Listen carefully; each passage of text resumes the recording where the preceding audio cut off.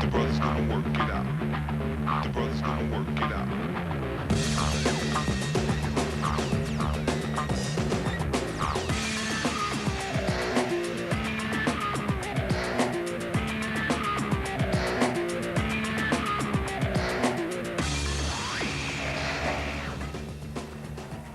Hello everybody and welcome to Albertson Oval. It's round 7 in the SANFL and today Port Adelaide are at home against the Eagles.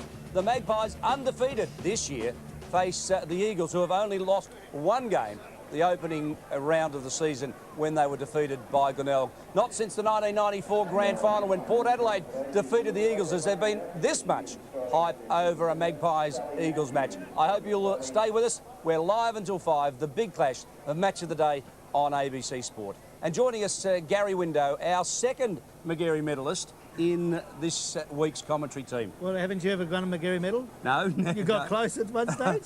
Yeah, well, a long way off, Gaz. I think I got a couple of votes once. And I love your flowers, beautiful flowers for Mother's Day. Well, it is Mother's Day, and we wish all the mothers out there a great day tomorrow. They certainly keep us all going, and I'd like to give you this for your mother, David, and hope she has a lovely day. Now, people will talk that you're giving me flowers, I know that, Gary, I've got to say to you. But instead, I've got one for you. The best that I could do was a little gladioli for Val. Val, you've got this coming home. Make sure he brings it home, sweetheart, and have a lovely day. And, of course, one lady, Gary, who will have a very pleasant day is Neil Curley's wife, Barbara, because Curls has discharged himself from hospital this morning. I rang Ashford Hospital to check on the big fella, and they said he was pulling all sorts of wires and tubes out of himself, discharged himself from hospital, and Curls is home. Good news, hail the king. Oh, is it one? Go on, Curls, get ready. We couldn't believe you'd even get sick. One of the toughest blokes I know. And he would do that. He would pull everything out and want to get home and go fishing again. Well done, Curls. See you next week. And hope you get a lot better, a lot quicker. Oh, that's for sure. Well, back to today, Gary. Interesting one as we look at the premiership table. Port Adelaide sit on top, undefeated. The Eagles have only lost the one game, and North Adelaide down the bottom really contrast. And Central's down there too, not going well. But let's get back up the top there. Port have been brilliant. They're ominous early in the year for them. And the Eagles, the comers this year, look very good. The kids are really burning. And as we go to the leading goal kickers, we see that Christian O'Brien, Gary, sits ahead of the ladder, 24 goals up. We won't see him for a few weeks. Fractured his arm. That's bad luck for Norwood. He was looking good, 24-8. That's great kicking. Burton Mellor's been good. Filippo, the lad out here's been going. Pavlik and Robbie Neal, that's 7 last week. What about young Matt Pavlich? Yeah, I watched your replay of the game he did last week. He's a real goer, isn't he? And looking very good and strong. What a size for a kid that age. He's got everything in front of him. 17 years of age. He only kicked 2, but he kicked 2 very important goals in the last quarter and 10 big marks. He really is a very exciting prospect. Well, the Eagles have really lifted the SANFL this year. Their effort has been nothing short of sensational. They know they've got a long way to go. Talking to Mark Micken, he said it might be a bit difficult. They'll have their ups and downs, but they look good. The best thing is they're very exciting. We didn't see much great football from the Eagles last year, Gary. They met Port Adelaide 3 times last year. Port Adelaide won on 2 occasions. The Eagles did get up in round 20. In round 1, it was a fair old shellacking, wasn't it? That was a wet old day. In round 10 at Woodville Oval, well, the Eagles just didn't get going. And in round 20, the Eagles found something late in the season. Well, that's good, and they need to do that. Everyone still loves to win at Albertson Oval. This place is just like the shrine to all of us. You come down here past the cemetery, but that's a great win last year. The Eagles will want to repeat that today. They've got a chance, but their kids against this tough. And I've got to have a little go at you. You're right about that centre-half back Lees. He is pinching. We'll talk more about that later. We'll cover a bit of that. As we go to the Port Adelaide lineup, you'll see that Brian Lees is in his customary centre-half back position. And he picks up the young 17-year-old Pavlich. Pavlich will have a hard job there, but the kid needs to play on players like that. It'll be interesting to see how he takes up that. Good to see Paul there. I think he should be in the AFL side for the Power. He's not. There's something going on there. I don't think it's football form, so let's see how he performs today. Well, have you got a story for us there, Gary? Oh, no, I only get the rumours like you around, Dave. But look, he would have been in there. They're definitely crying out for a big forward in the Power. Paulie, it's not on form. He's playing well for the Magpies. He should, you'd think, be in that Power side. I think he's doing a bit of penance for something that's gone on. Of course, David Morgan in the middle and Brian Lees in the state squad. Yes, that along was with great. Shane Carter on the halfback flank and David Brown, the skipper. And I think, yeah, I'd like to see Brownie make the skipper of the state side. Deserves it there. They look good. As I said, Port Adelaide very ominous. They've got an experienced side, a lot of kids. Vine's doing well. And Waite was terrific last week. I saw that game out at Elizabeth. They played well. As Michael Parsons joins us down on the boundary, you've got to look at Port Adelaide, Michael, and like what you see. Mate, I like everything about today. How privileged are we? We rolled up to the football last week, 1 versus 2. The Eagles have stolen second spot from Sturt, and we've got 1 versus 2 again today. And look, it's just so exciting to see a young team going up against this Port Adelaide team that reckon that they are good enough to go through this season undefeated. And you're right, chaps upstairs, I'm just fascinated to see how Brian Lees plays on this young Matthew Pavlich. We saw Matthew Pavlich play last week. He was fantastic. But Brian Lees, I made a statement that Stephen White was going to be the standout centre-half forward in the league for Sturt. And Brian Lees got in his face early, just pushed him around a little bit as only Brian Lees can do. Pinched him on the bum a few times, I think, Gary, and Stephen White fell apart. So it'll be really interesting to see him play on Matthew Pavlich. Just can't wait. A pinchy player. He does it, and he really admits to do it. Today with the videos and everything so much, they have to find ways about it. I couldn't believe. But what would you do, What would you David? report him for? Yeah, exactly. What would you do if he's pinching you all day, though? What are you going to do? You just snot belt him or him. what? I think Pavlich will belt him. You reckon he's good enough to do that? They're a He's tough one of the family, and he's very good. The thing I like about the Eagles as we go to the Eagles lineup, you'll have a bit of a look through half forward. Pavlich is there, but John McCarthy is on the other half forward flank. Now, I like the advertised this morning. They picked that move up. That was very well done, and that'll be good for the kid there. Pavlich a lot on his. McCarthy is a good player. Fruin's been very good at centre-half back, and Pearce in the middle is burning. The kids are doing well, but it's different at Albert, and they have to be really on their game today. Mark Nayley, our other ABC Magarey medalist, joins us now. There's a lot to like also, Mark, about the Eagles. Yes, David, a very young side of the Eagles. They've really, last week, they did surprise me. 10 new players into the side from last year, but a couple of names there that you haven't seen before. Darzanis was exciting. He was young, very, very quick at the football. Matthews, who started on the bench last week, came on and took the mark off the century. I'd have to say that. It was absolutely sensational. Pavlich was spoken about. Pearce, who's gone from a sort of a wing into the middle now with Colville as well. I mean, those two kids really are outstanding. Both have been named in this week's state squad. Just go through that side. Fruin at centre-half back and Hall at full-back last week. Both players weren't beaten, and they beat their opposition hands down. Floriani, a younger player coming through, a former father that played with the club, and he was outstanding last week. And Harvey on the half-back flank was very, very good also. And there is young Matthew Pavlich in number 49. Be the first chance, I guess, Gary, you've had to have a look at him. It is certainly, David, and I tell you what, I feel sorry for young lads in one sense, but they've got to live with it nowadays. You feel you don't want to praise him up too much, but he's a big lad, he's got everything going for him. All he's now got to be a success at this level and then go on further is have the mind to go with his physique. If he's got that, he'll get there. There is Brian Lees, the man who picks him up. He's a mongrel, isn't he? He's one like you. How'd you like to stand him down? I see him as he running over there. I think, how would I play him? Well, I have to get to the ball first. If he's going to niggle me, every time I get it, I've got to say, just watch me, old fella, because I'm going to burn you off. You'd have to really get back into him. No question about that. Darryl Poole at centre-half forward. I guess today he's going to be a key. And gets the job is young Brent Fruin. Yeah, certainly will. And Paulie, as I said, just seeing the power, I think he's got to get in there and play for the power pretty soon. Stay with us. We're live till 5 on the ABC Match of the Day. It's 1 versus 2. The Magpies against the Eagles. To take up the call, it's Mark Nayley. Yes, thank you, David. What a game we've come to expect this afternoon. Great expectations on the Magpies this year. They keep coming up with players. Very, very good players. The Eagles this year, the big improvers. As we see both sides there starting well. Pearce and Brown just have a little bit of arms being thrown at each other. Nothing serious about that contest. The ball will be bounced back in the middle. Big Biglands, who was very impressive last week, up against Brown. Brown comes over the top, knocks the ball to ground. Cobbles in to get his hand to the ball first. It goes back from Vines. The umpire pays the advantage. It goes up towards Binky. Binky puts the big arms up, couldn't take it. Eagles come across, is applying enough pressure. This is Floriani, gets his ball to boot. Colville's in there also. Floriani fumbles the football. Pearce comes up with it. Couldn't take it. Plenty of work being done off the footballs, fellas. Oh, they're out of the game. Brown and Pearce. There's no love lost between those two players. Hell, that was after some hard work there. Port Adelaide trying to put their mark on the game straight away with that strong body on body. Good stuff. Brown towards full forward. Big fly pull from behind, but taking the ball at the front was Robert Shirley. He was pretty impressive last week against Sturt, Shirley. And he's opened pretty well today. Flicks it inboard. 51 is Justin Sikalella. We'll feature him throughout the match. Have a look at him. This is Fruin, who played a starring role for the Eagles at centre-half back. Towards half forward. Underneath this one, John McCarthy. First one for him today. and he looks like a pretty tough campaigner, Gary. We saw him in the match practices. Oh, he can play, this bloke. I tell you what, he's a good buy for them. He gets a few injuries, but I tell you, he can play footy, and this is within his distance too. Had plenty of AFL experience. Yeah, he's been good. And he went back to North Hobart before he came to the Eagles, so he's had his experience, but he is a good player. He's a fly, but he's a strongly built bloke. Coached there for a couple of years. Rare that a 32-year-old's recruited, but the Eagles have banked on him, giving them some steel, but he misses to the left, and it's a point. Tell you what, that's a very good kick up there. Very good conditions today at the Albertson Oval. There's a big crowd here. You always expect that. New buildings going on here. Everything going for the Port Magpies and the Power.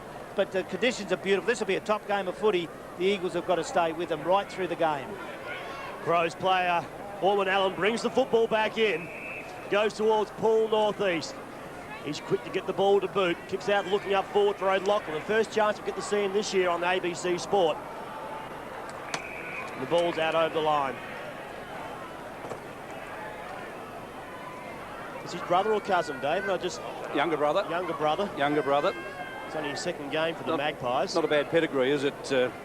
Oh, there's some good names in that side. The three for the Eagles. Terrific to see the sons of fathers and that coming through the Eagles lineup.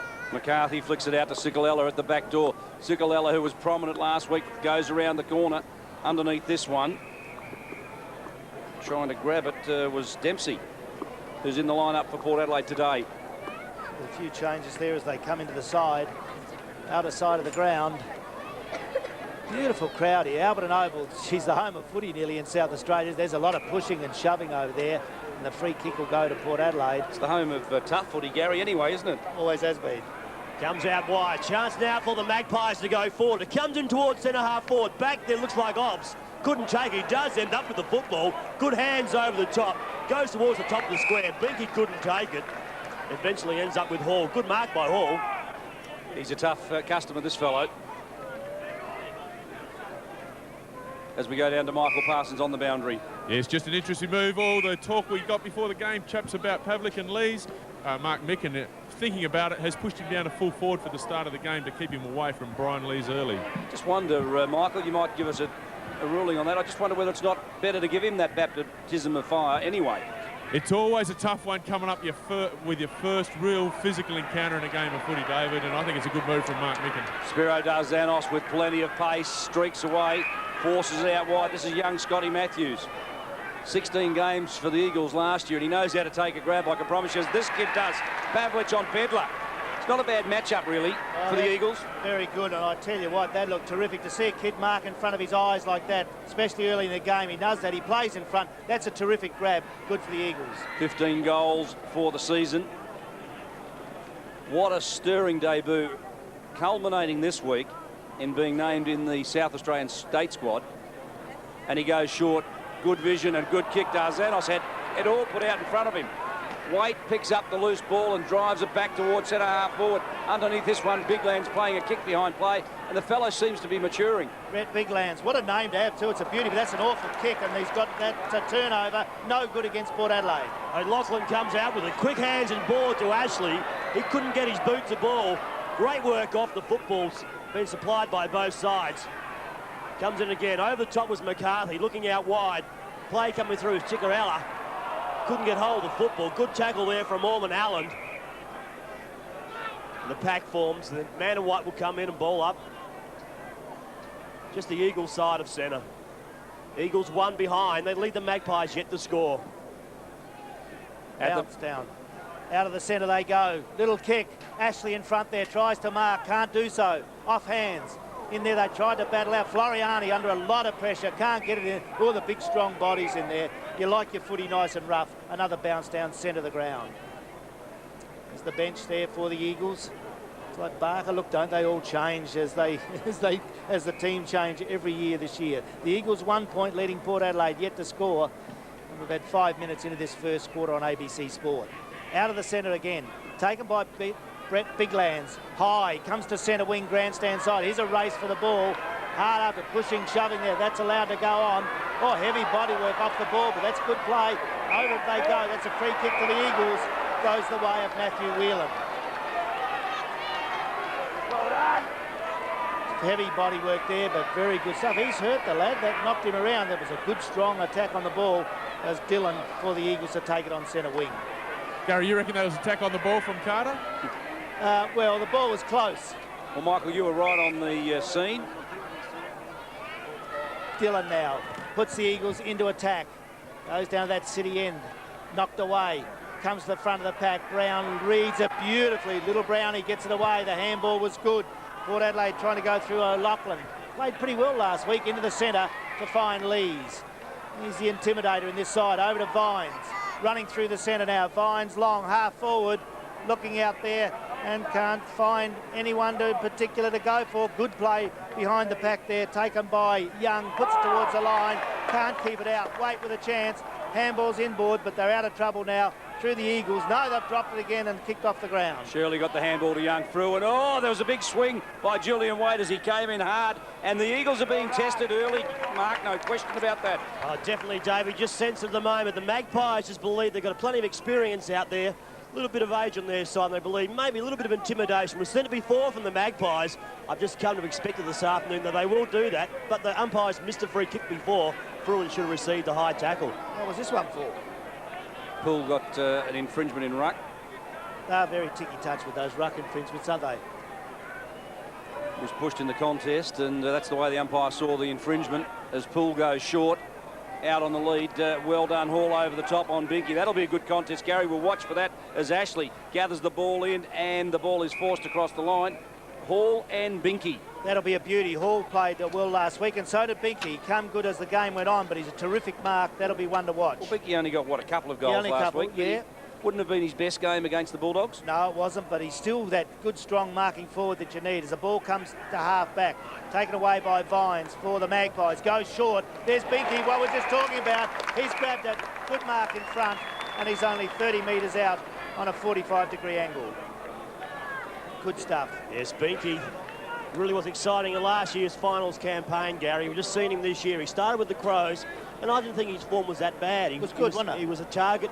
And we just, this season we have our Tim Ginnerer, a former captain of the Magpies, come through. Just explained he wasn't too happy the way that Binky had been treated with the Crows, David. I think that's a fair comment too, by the way. Sometimes players just need to settle down. Binky's put it on the way and hit the post. That's hit the post. I thought he would have kicked that. Not much breeze here, it looks like today. A little bit breezy up in the box, but it's missed. It's a minor score. The Eagles, 1 point. Port Adelaide, 1 point. And we're only, 10 minutes into the first quarter. Ball from full-back. Powerful defender for the Eagles. A long bomb. Biglands did the good work high up and brings it to ground. The ball ricochets out. Here's Darzanos. Fraser was applying enough pressure, and Colville, new addition to the state squad this week. I think he's deserved that nomination. And there's a great mark taken forward by Scotty Matthews. Releases the ball. The runner flying through to the far side was Holland. Well done. Great work, Harvey. Goes to the back door. Pearce, short one and wide, and it's working so far for the Eagles. They're flying it forward. Colville running deep. Off a wing, straightens up and goes for goal. And he's drilled it. The Eagles like it. They've got their first on the board 10 minutes into the first quarter. Oh, that was terrific play. And I tell you, he's been a ripper, this young Gavin Colville. Playing only his 74th game. I thought he'd played more than that. But he's in the state squad. Certainly deserves it. Socks down, red head. Don't you like him? Have a look at that on your ABC screen. They're beautiful stuff. And that's good for Port Adelaide, against Port Adelaide here at Albertson, going against that slight breeze. 10.5-minute mark of this first quarter. The Eagles go out to a 1-goal advantage. They're 1-1. Port Adelaide just the one behind. Brown up against Biglands again. He gets his hand on the ball. Comes down to Obst. In there again. The Magpies just desperate to get their hands on the football. Have a chance here to get the ball up forward. Comes out towards O'Loughlin.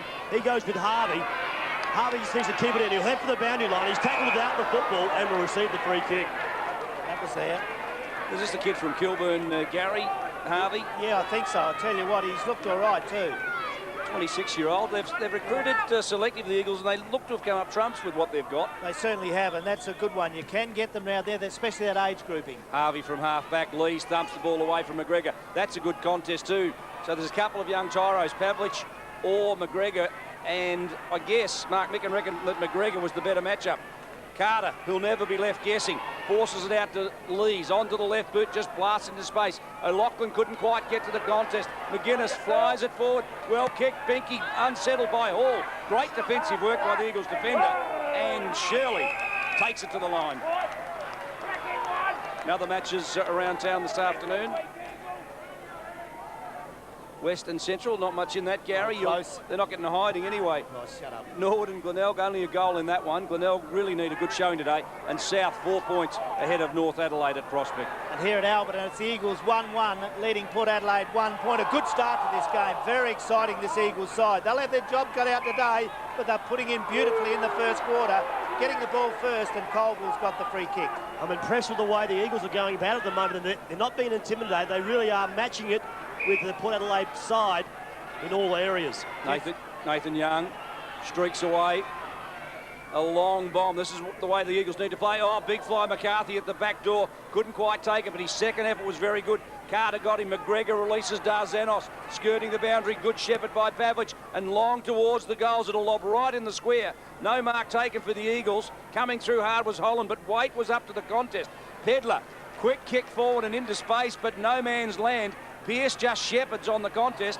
Clean bowled was Floriani, but he recovers. Squares it up towards the corridor. The Eagles are playing disciplined football, and Matthews from centre half forward looks for the next option. Well, they've started well.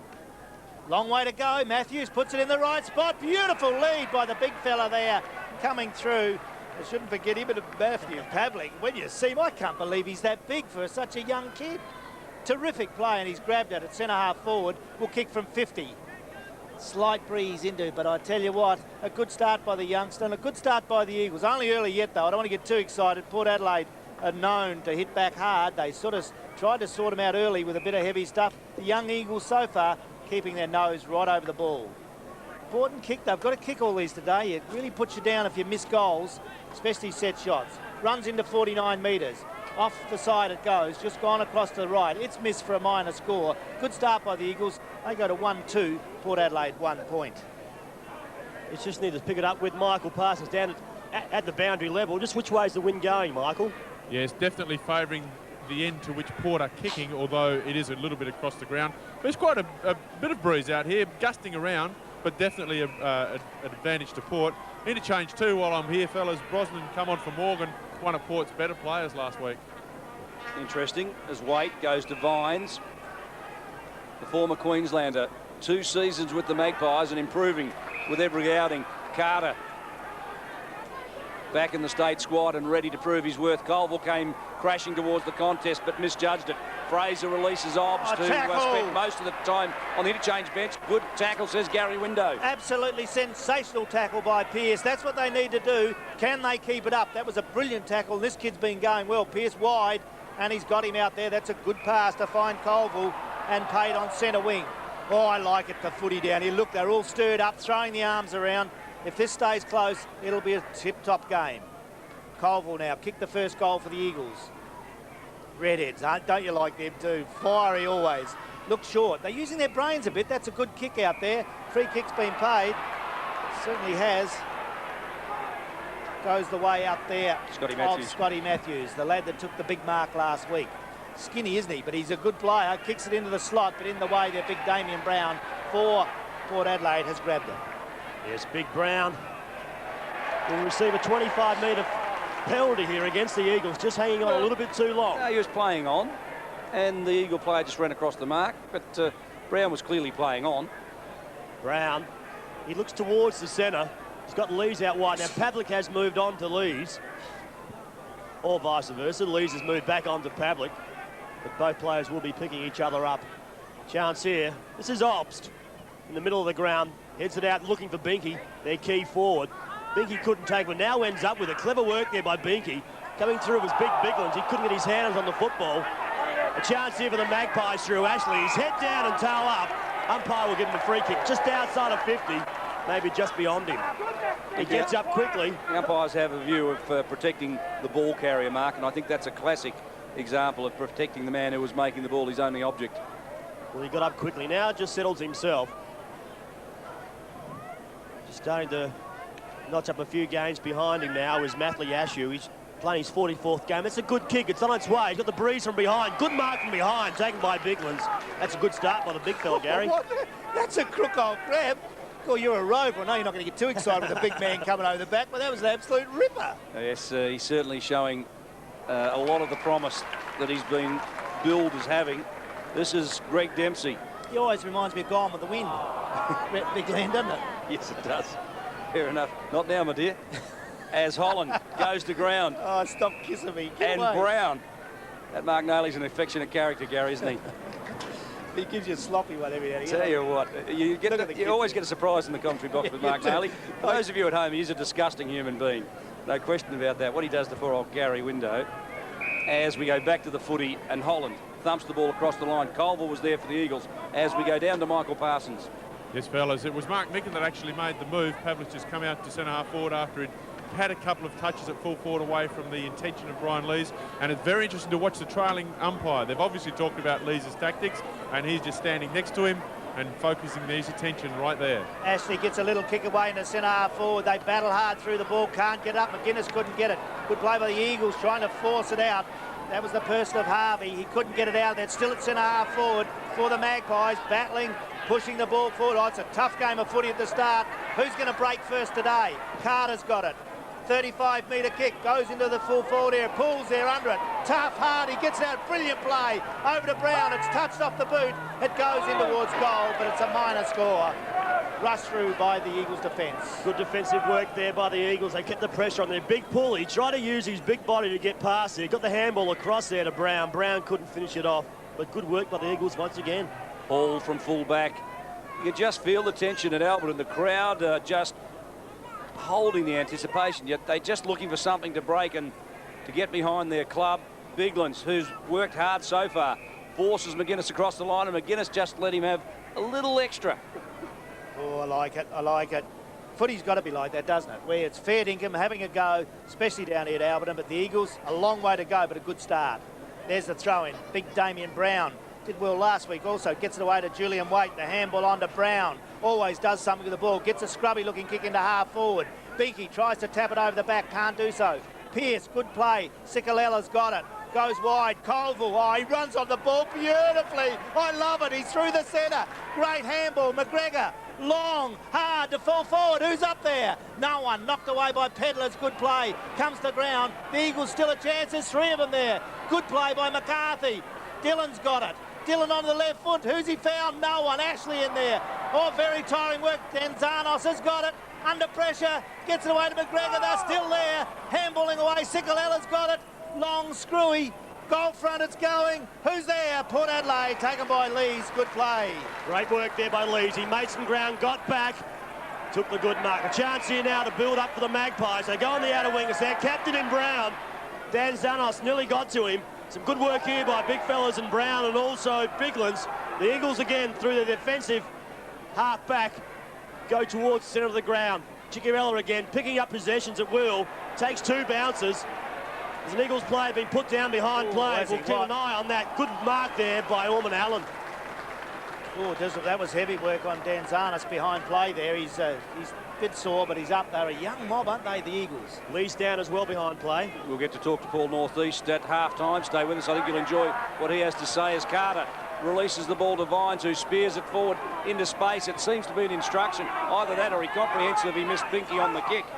As Ops fights for it, Binky left foot, desperation, forces the ball 20 metres further afield, but there'll be a throw in about a metre from the goal post. Dove ran through him. He's pretty sore, Lees, isn't he? Seen there getting up. Oh, there'll be a lot of niggle in this game, and I feel sorry for Lees in one sense. They've got into him about his tactics, and now everyone's going to have a go at him. Ball's thrown in. Biglands from behind. He's on top of both Poole and also Brown at the moment. That's Damien Brown. A Port player taken without the football. Could be Binky. Or is it Ashley? I think Ashley's come up with the football. Just wipes a bit of perspiration from around the top of his mouth. We'll go back well inside kicking distance. One of the things you do when you've got a free kick in front of goal, Gary, you hope it's perspiration, don't you? How'd you be like playing nowadays and you've got blood rule and you've got to be taken off? Big Land's coming off. What's happening there? Because he's played brilliantly at the start of this game. 21 minutes in, I reckon they're resting him. Just Resting in the first quarter. Do they do he's that? he's marking everything before him at the moment. Why would you rest the big fella? Yeah, I can't believe that because I tell you what, I hope there's nothing wrong with that big bloke. No, there's something wrong. Just blood. Well, the umpire's looking at his knee. We'll get Michael Parsons to check that out as Ashley shoots for goal, Mark. Matthew Ashley, only 30 metres out on a slight angle. Just puts it on swell. I think the breeze may have just taken it across the goals. It has. It's behind. So the Eagles now, they're 1 goal, 2-8. They lead Port Adelaide. They're 3 behinds. 3, so 5-point margin. And we see there we've got Lees and also Pavlik picking each other up. The umpire just out of screen there on the left side of them. Kick out to the outer side of the ground. Good first quarter at Albertson over on ABC Sport, live and exclusively. The ball handball away to Holland for the Eagles. He's off. They can run. The kid's burning around that. Don't you like to see that in footy? What can he do with the ball? Pavlik's got it. Back to Holland. Good football. There's someone inside. It goes that way. It looks like the little bloke, Dan Zarnas, and he's kicked it to full forward. Brilliant play. And marking up there, Michael Filippo at point-blank range, 15 metres out. Well, Filippo last week started, I think, in the back pocket. Spent most of the game in the back lines. Today's been moved up to full forward. Started at centre-half forward. It's gone back now to full forward. But a good build-up by the Eagles. They shared it. They used the ball well and good options. Filippo now, point-blank range. Needs a good kick, though. You still got to kick him. It's all right up here to do it. It's on the way. It's through. That's 2 goals. The Eagles, 2-2. Port Adelaide, 3 points. What a first quarter from the young Eagles side at Albertson. Yes, you can see the build-up here. Just started through the middle of the ground before that. As it came in, good kick there. Coming across was Darzanos. Gave every opportunity there for Filippo, who just all of a sudden just found a metre on the full-back there in Pedler. But good start there by Filippo. I think he's been brought again back out. And I think it's just at the moment, I think Mark Micken would be pretty happy with his charges. I certainly will. I heard your call last week, Mark. They're exciting, and you were all excited about their play in that game. And seeing them here today, it's exciting just watching them. Can they keep it up against the very experienced Port Adelaide side? A lot of football in this game. Stay with us. It'll be a beauty. The Eagles lead 2-2. Port Adelaide 3 points. In other matches around town this afternoon, Central and West at Richmond Oval. It's West up by 5 points. Glenelg at home against Norwood trail by 4. And North Adelaide trail South Adelaide at home by 10 points. So 3 close games so far. Early days in the SANFL as Pearce swings it in towards the centre. 45 is Whelan for the Eagles. And hasn't he been prominent early, providing plenty of run and drive. The Eagles push it forward. No mark taken. Dillon, he knows this ground pretty well. Darzanos forces it out wide.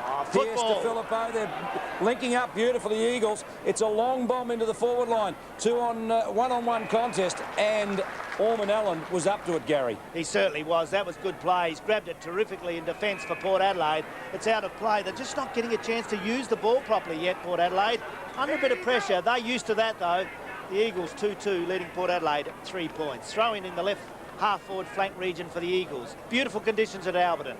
There it is. Oh, going up in front. The big fella there pulled off the ball, and that was Pavlik, and he's getting a free kick for a high tackle. Yes, good work there by Pavlik. Just got into the front position, which is the best place for the ruckman to be. Just put his big bulk, his big frame in, put his backside back into Brown, and Brown just had to reach too far and put his hand on his shoulder. 193 centimetres. It looks about 6'4" to me. I don't know if that correlates, but I tell you what, he can play. The kid at 50 metres. What can he do? He needs a goal. Jag one here. That's a lovely, strong kick against the breeze, right into the goal square, but Carter's there just to give it a touch through off hands. The minor score for the Eagles. They go along to 2 goals, 3. Port Adelaide, 3 points. We may just go down to Michael Parsons. Just a quick update on Biglands. Yes, mate, not too much to tell you there, boys. He's already back on the ground, just a scratch on the knee. The Band-Aid applied and he was back in. McGregor has actually come off to take his turn on the pine. Filippo moving to full forward. Ball's been kicked back in. A chance here again for the Eagles. They just missed one they should have taken. Brown gives the ball back. And a chance here to go out towards Lees, who's covering a fair bit of ground. He's on the outer wing. Just couldn't keep the football in. So the centre-half back for the Magpies, who will be watched, because over the last, I reckon, 2 or 3 weeks have been plenty of attention given to Brian Lees about his tactics on his centre-half forwards. And you'd expect that. He likes it. I think the player like that does like it. It looks like he's been moving the ruck there, I think, Gary. He's down there with Biglan's. The umpire's called here that he shepherded out Biglan, so he received the free kick. The big Eagle ruckman kicks the ball up towards full forward. Players just jumping at the football. Behind was Filippo, couldn't quite get to it. Matthews was in there as well. Waite goes over his left shoulder. High as Biglan's again. He's marking the ball well this afternoon. Screamer. He's, I tell you what, where did this kid come from? I know he's been up and down, but what a start today. As we hear the quarter-time siren go here, David, we just see at the moment the Eagles have started so well. They've got a 12-point margin. And I think one of the most impressive things about the Eagles is that they've taken the intimidation that Port Adelaide dished out in the opening 5 or 6 minutes of the game. Then they applied a little bit of pressure of their own, and they've squared it up in the intimidation stakes. Biglan's in ruck has been doing a good job. The Eagles' little men are running. But Port Adelaide's defence, I think, have been their strength at this stage. The ball's been coming in through the midfield a little slow, and Port Adelaide's forwards really are just struggling to kick a winning score. It's just coming in so slow. The Eagles' defenders are on top of it. So you've got to suggest that depending on the way that breeze is going, Mark, the Eagles are in pretty good shape. Yes, they're kicking against that slight breeze, as we heard from Michael Parsons this afternoon. We see the Port Adelaide players come into their huddle. The Eagles are already in there with their coach, Mark Micken. The quarter-time score, see the Eagles, they're 2 goals 3, 15. They lead the Magpies on 3 solitary behinds. And you're watching the action live and exclusive on a Saturday afternoon to ABC Sport.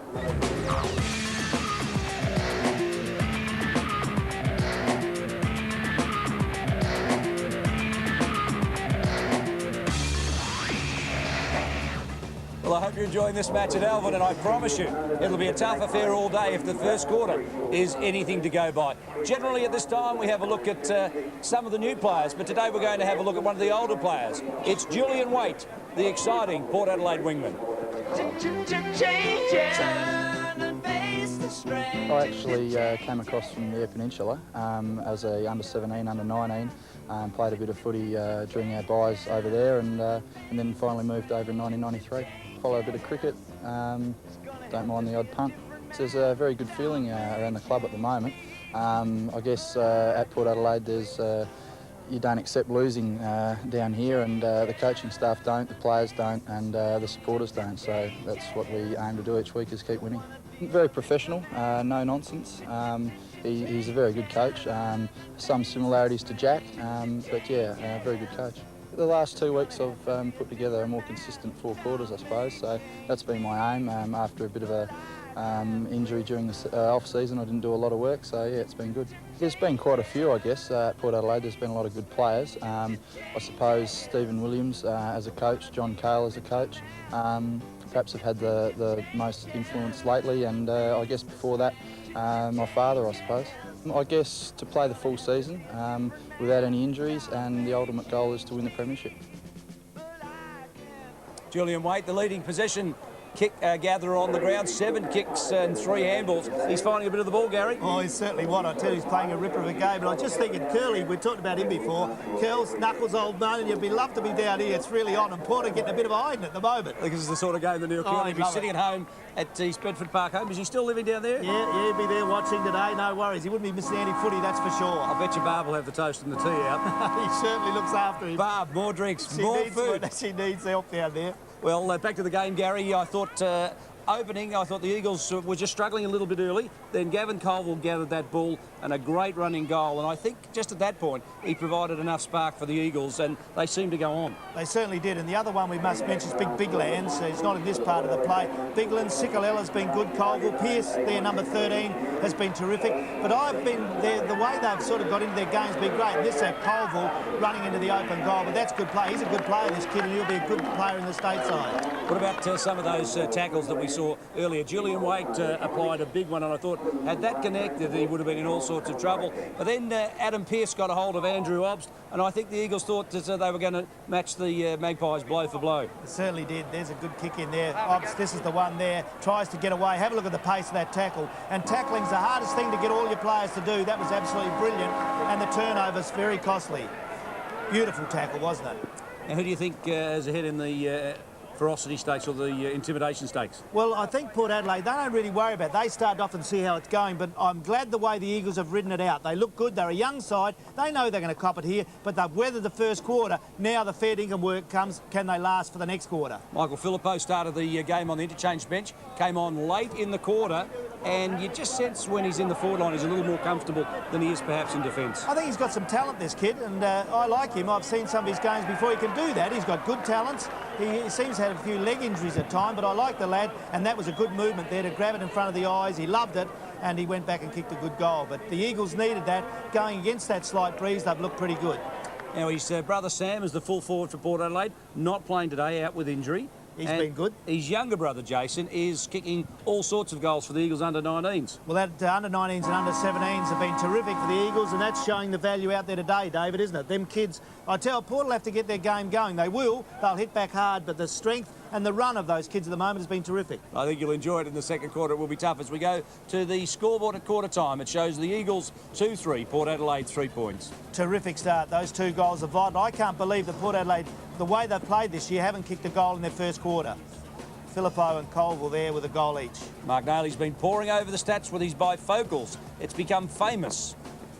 And give us the benefit of your wisdom, Mark. It's only early days, David. A lot of football to be played yet this afternoon. But we see the kicks there. The Eagles are on top, which I think we've come to expect after that first quarter result. The marks in favouring the Eagles as well, with big Pavlik and also Philippou up forward, and also the big ruckman and Biglan's just controlling the ball in the air. Frees, well, they're pretty even. Hit-outs pretty even also. Centre square breaks have been favouring the Magpies, and just individually, Chikarella's had 8 possessions in the first quarter. Pearce had 7, and for Port Adelaide we see Waite had 10, and also we see Brown had 7. As we start the second quarter, stay with us. We're live from Albertson Oval. It's Port Adelaide and the Magpies. Your commentators, Mark Nailey with Gary Window. Ball's put down. Biglan's up against Brown once again. Comes down, number 22 there for the Magpies is Fraser. Kicks it up forward. The ball coming now will be rebounded there by Shirley. Couldn't quite get his handball out. Big Paul takes it, gives it across to Wobbs. Coming across there was Vines. He's gone for the top of the square. The back was Beaky. Couldn't take the mark, and the ball will be thrown in just in the forward pocket here for the Magpies. That was a good fly, wasn't it? Couldn't grab that one, but I tell you what, going against that breeze, that's a good promising attack by the Magpies. You tend to look at someone beating the Magpies, don't you? But I tell you what, they'll hit back hard, and I think it'll be in this quarter. Yes, well, they're taking the first one out of the centre square at the start of the second quarter. That makes 4 zip. So they really are controlling that midfield at the moment. But the Eagles' defence is standing strong. Again, they'll come through. Great work here. They'll push it wide. Be a foot race on here between, looks like Waite. He'll get there first. Just needs to pick it up. He has support running from Lees. Lees around his body, does this well, gets the ball up looking for Ashley. Ashley couldn't take it, then throws the ball back in. The umpire said the ball was already out and will be thrown in. We might find out from Michael Parsons what Stephen Williams said to the boys at quarter time. Basically, find second gear, chaps. You haven't been too good in the first quarter. Switch the play and start to run was the basic message. The other side, Mark Micken, obviously very happy. Forward structure will be McGregor at full forward, the leading option, Philippou the long option, and Pavlik at centre half forward. Thanks for that, Michael. That's what I missed, getting out to hear the coaches talk. So you give us the rundown. Terrific stuff. There's the ball. Tackle hard there on through, and he can't get it. And there'll be a bounce down. That's all. There it is. I knew something had to break up. Port Adelaide are going to have to unsettle this young side. They'll do it on every occasion, and that's the start of it. Well, Gary, I reckon the Magpies have got 2 or 3 gears. We see it each week. Every time we see the Magpies, they can slot back into first gear. All of a sudden, they'll kick into a second or third gear. They have got those levels where the Eagles at the moment, I think, are just waiting for that. Yeah, you're dead right, Mark, because they're the best side in the comp, the Magpies. Let's don't forget that. As they try to get out there, kick off the ground by Pearce, goes to the centre. Oh, good heavy body work big there. work, he's down too. Big stuff as they run in there. That was by the young player, Matthew Whelan. On Morgan. The ball's out of the centre. Who's going to come out best here? It's really on now. They need to do something, the Eagles. They've done it, but there's a free kick being played to Port Adelaide. I didn't think the umpire should have got involved there, but he has. Well, Matthew Will in that first quarter was hit pretty hard there. I think it was from Carter. I think it may have been across the back. Spent a bit of time on the ground just there. He's taken the body on. He's taken Morgan on. He really gave it to him, but he's come off second best. That is just crunching stuff, and it's in the same position. You just suspect that he went off holding his ribs, Gary, and you don't wonder whether he's just got a little crack in one of them. Well, something like that, and that's the way it can happen. He won't know it yet, but he'll be very sore in that rib area. He's holding up his hand to say, is that all right, or I'm coming off? He's a tough character. Very tough character. He's been terrific for Port Adelaide, that's for sure. Number 26, Daniel Morgan, he's in the state squad also. And Obbs puts the goal through. So Obbs kicks it for Port Adelaide. That's an important one. 3 minutes into the second quarter. Port Adelaide get the first goal of the second term. Oh, good stuff there, wasn't it? And that's it. See, when you get that crunching work, and that's what I was in the call, Mark, don't you? You have to get that next goal. And that's what Port Adelaide have done. They do it so regularly when their backs are up. Yes, we just see it here again. We see coming through hard there was Whelan. There. Took on Mad Dog Morgan. It was a great thump. But the Magpies, they get the first score, the first major in the second quarter. As we see now, they're 1 goal, 3-9. The Eagles still lead. They're 2 goals, 3-15. Ball brought down by Biglands. Chance here for the Eagles over the top. The free kick will come to Pearce. The advantage goes to Colville. Colville running through the middle of the ground. Looks up for Filippo. He's in front. And the back is northeast. He should clean this up and take it over. Just rushes it through the behinds. So the Eagles going forward. That's their first clearance from the middle of the ground. They add to their tally now. So it's only 6 points, 1 goal difference between these two sides. You can just feel an arm wrestle just developing. Zorman Allen just forces the ball out. Now that is just a poor kick, and Lees is clearly not happy with that. In other matches, it's quarter time in the other 3 games around town. Western Central, 3 points, the margin in favour of the Bulldogs. Glenelg, well, look at that, leading Norwood. You just wonder whether they could get match of the day status next week, Glenelg, the way they're playing. And North Adelaide and South Adelaide, a 1-point ball game as the Roosters fight back. All out of play there. Pearce in your screen there, little player playing in the centre for the Eagles. It's been a real goer over that one, couldn't stop it. Throw in, half forward flank region. There's the big players, knocked away by Orman Allen. Can't he get in the air? Barker picks it up for the Eagles, puts it out in the slot. McCarthy with a chance. Oh, that's a good blind turn. He goes back the other way, then just wastes it a bit. Taken by Holland. Oh, he's got a player on the inside. It's the little player in Dillon there, the Port Adelaide player. Throws it back to Barker for the Eagles on the left foot. They're under a lot of pressure from Port Adelaide. Short kick there, goes in up high to Wade. He couldn't mark it. Carter off hands, and away you go, the Magpies to Brown. Brown now the skipper. In the state squad, goes wide to Vines. Didn't use him up that well, couldn't get a run through there. Vines onto the left foot, drives it into the half-forward region, knocked away. It's all the Eagles in there as it goes near the line. Taken there by Shirley. Couldn't get it, but a good kick down there is marked, and that's another. These young fellas there. Whelan again has grabbed it at centre wing. Whelan, members wing, heads up towards Pavlik. Where is the big boy? He couldn't take this one down. McCarthy ends up with it. Off the ground, he's found Pearce. Pearce inside 50. He's nailed it home. The Eagles, another major. That's his first. You've just got to think that the Eagles, when they're forcing the ball quickly, I think McCarthy's been a good competitor for them. He's given them a focus. Carter's running around and Lee's running around, and I think they're intimidating a few. But McCarthy's levelling the score. Pavlich is holding his own, but he's not the dominant player that he was last week. And Pearce running out of the midfield presents that real hard-running player that Port Adelaide will need to counter. Oh, what a goal by Pearce. The Eagles doing everything right as we go into the 6-minute mark of this quarter. 3-4 the Eagles, Port Adelaide 1-3. We've had 7 minutes into this second quarter. The Eagles going with the breeze, the slight breeze in this second quarter. Here's good heavy work on Poole. He won't get a free kick. The umpires don't like him. There's another ball up right in the centre of the ground. Ashley off the ground there. Walks past Michael Parsons down there. Can trip him up. Bounce down the centre. Wonderful conditions at Albertson Oval. You're on ABC Sport live and exclusively. All the big games. There's some rippers this year. There's a lot of tackling, heavy tackling going. The Eagles at their game. And a bounce down once more. You just see the toughness in there as both sides. Poole looks a little injured. He seems to be carrying a leg. Gary Window indicated there's more to his non-selection for Port Power than meets the eye. We might cover that later, Mark. Barker comes up with it. The Eagles go forward again. Where's Pavlik? He's over the top, nearly takes one out of the air. Running over the top of the football there was Holland. He's back on. He's quick, the long sleeve jumper. Gives it the big Biglands. Oh, great smother there. Was from Brown. That's Damien Brown. Back to Pavlik. Pavlik goes up. And oh, they all left it. They all left it. Well done, Mark. They all left it, every one of them. Well, Filippo is one of those players who doesn't care where the ball is or who's coming at him. He'll always be there and give a contest. This time, heading to the contest, he just read it beautifully and everyone else misread it. But, David, how many times have you ever seen the Port Adelaide defence look at each other? Never. Never. And it happened. Filippo puts it on its way. He shouldn't miss this. He has. I think he has. It's a behind. So Filippo has 1 goal, 1 this afternoon. The Eagles still lead. They're 22 points. They lead Port Adelaide 9 points. And Poole comes off, David. Poole is off. Clearly not well, Michael. No, chaps, you won't have to worry about your conversations about selection for next week for the power hamstring. And thanks, Michael, as Ormond Allen brings the ball back into Port Adelaide, marked out there by Fraser on the half-back line for the Magpies. One of the big new facilities going up at Albertson over there for the power. There's the knock away. Here's Pearce again. I tell you what, he's a good little player. He centered it beautifully. Got Pavlik in there. A little bit lazy at that. I'll say that on the call. He should have jumped in the ball harder, but he still grabbed it.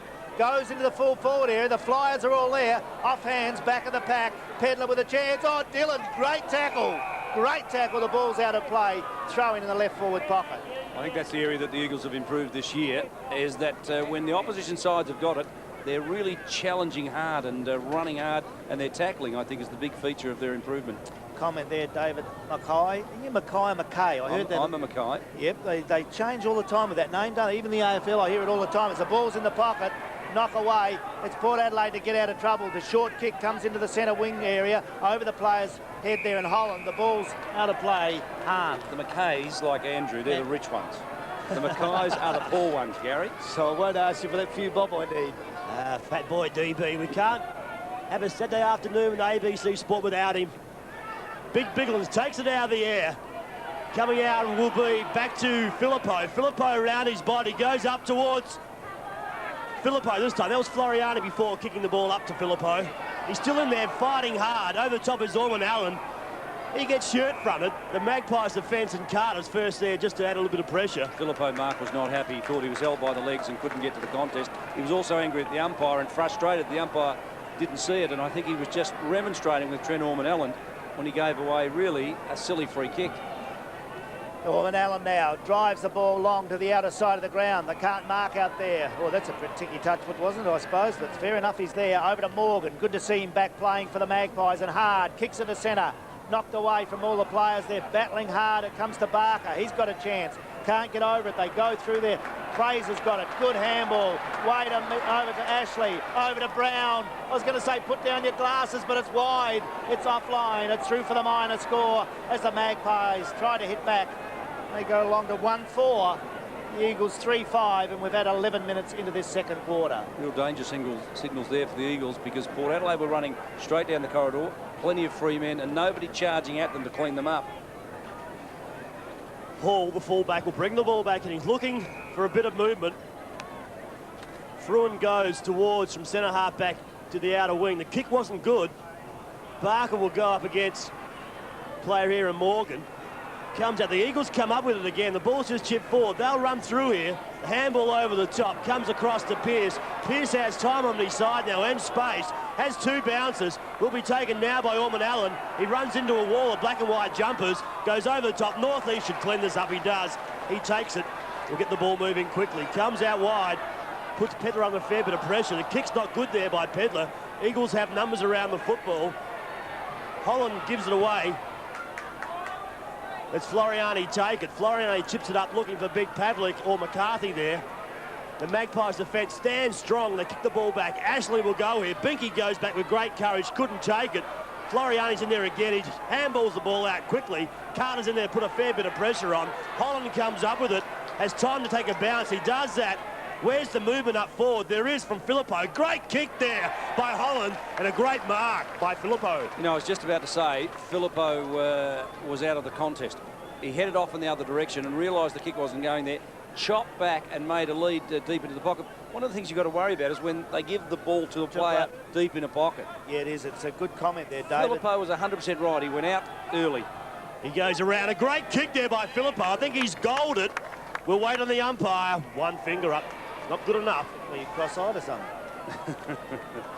Well, it's interesting, isn't it? Filippo, the first instinct was to lead up the corridor, and that lead was ignored, and it forced him back to the pocket. Now, that's an interesting one. The Eagles are going to have to get that out of their game. They won't win big matches if they're playing deep in pockets. I think it's a very good comment, because the last 2 attacks on goal have scored 2 points, which should have probably been goals, and against Port Adelaide, they just get a sniff. We know what they can do.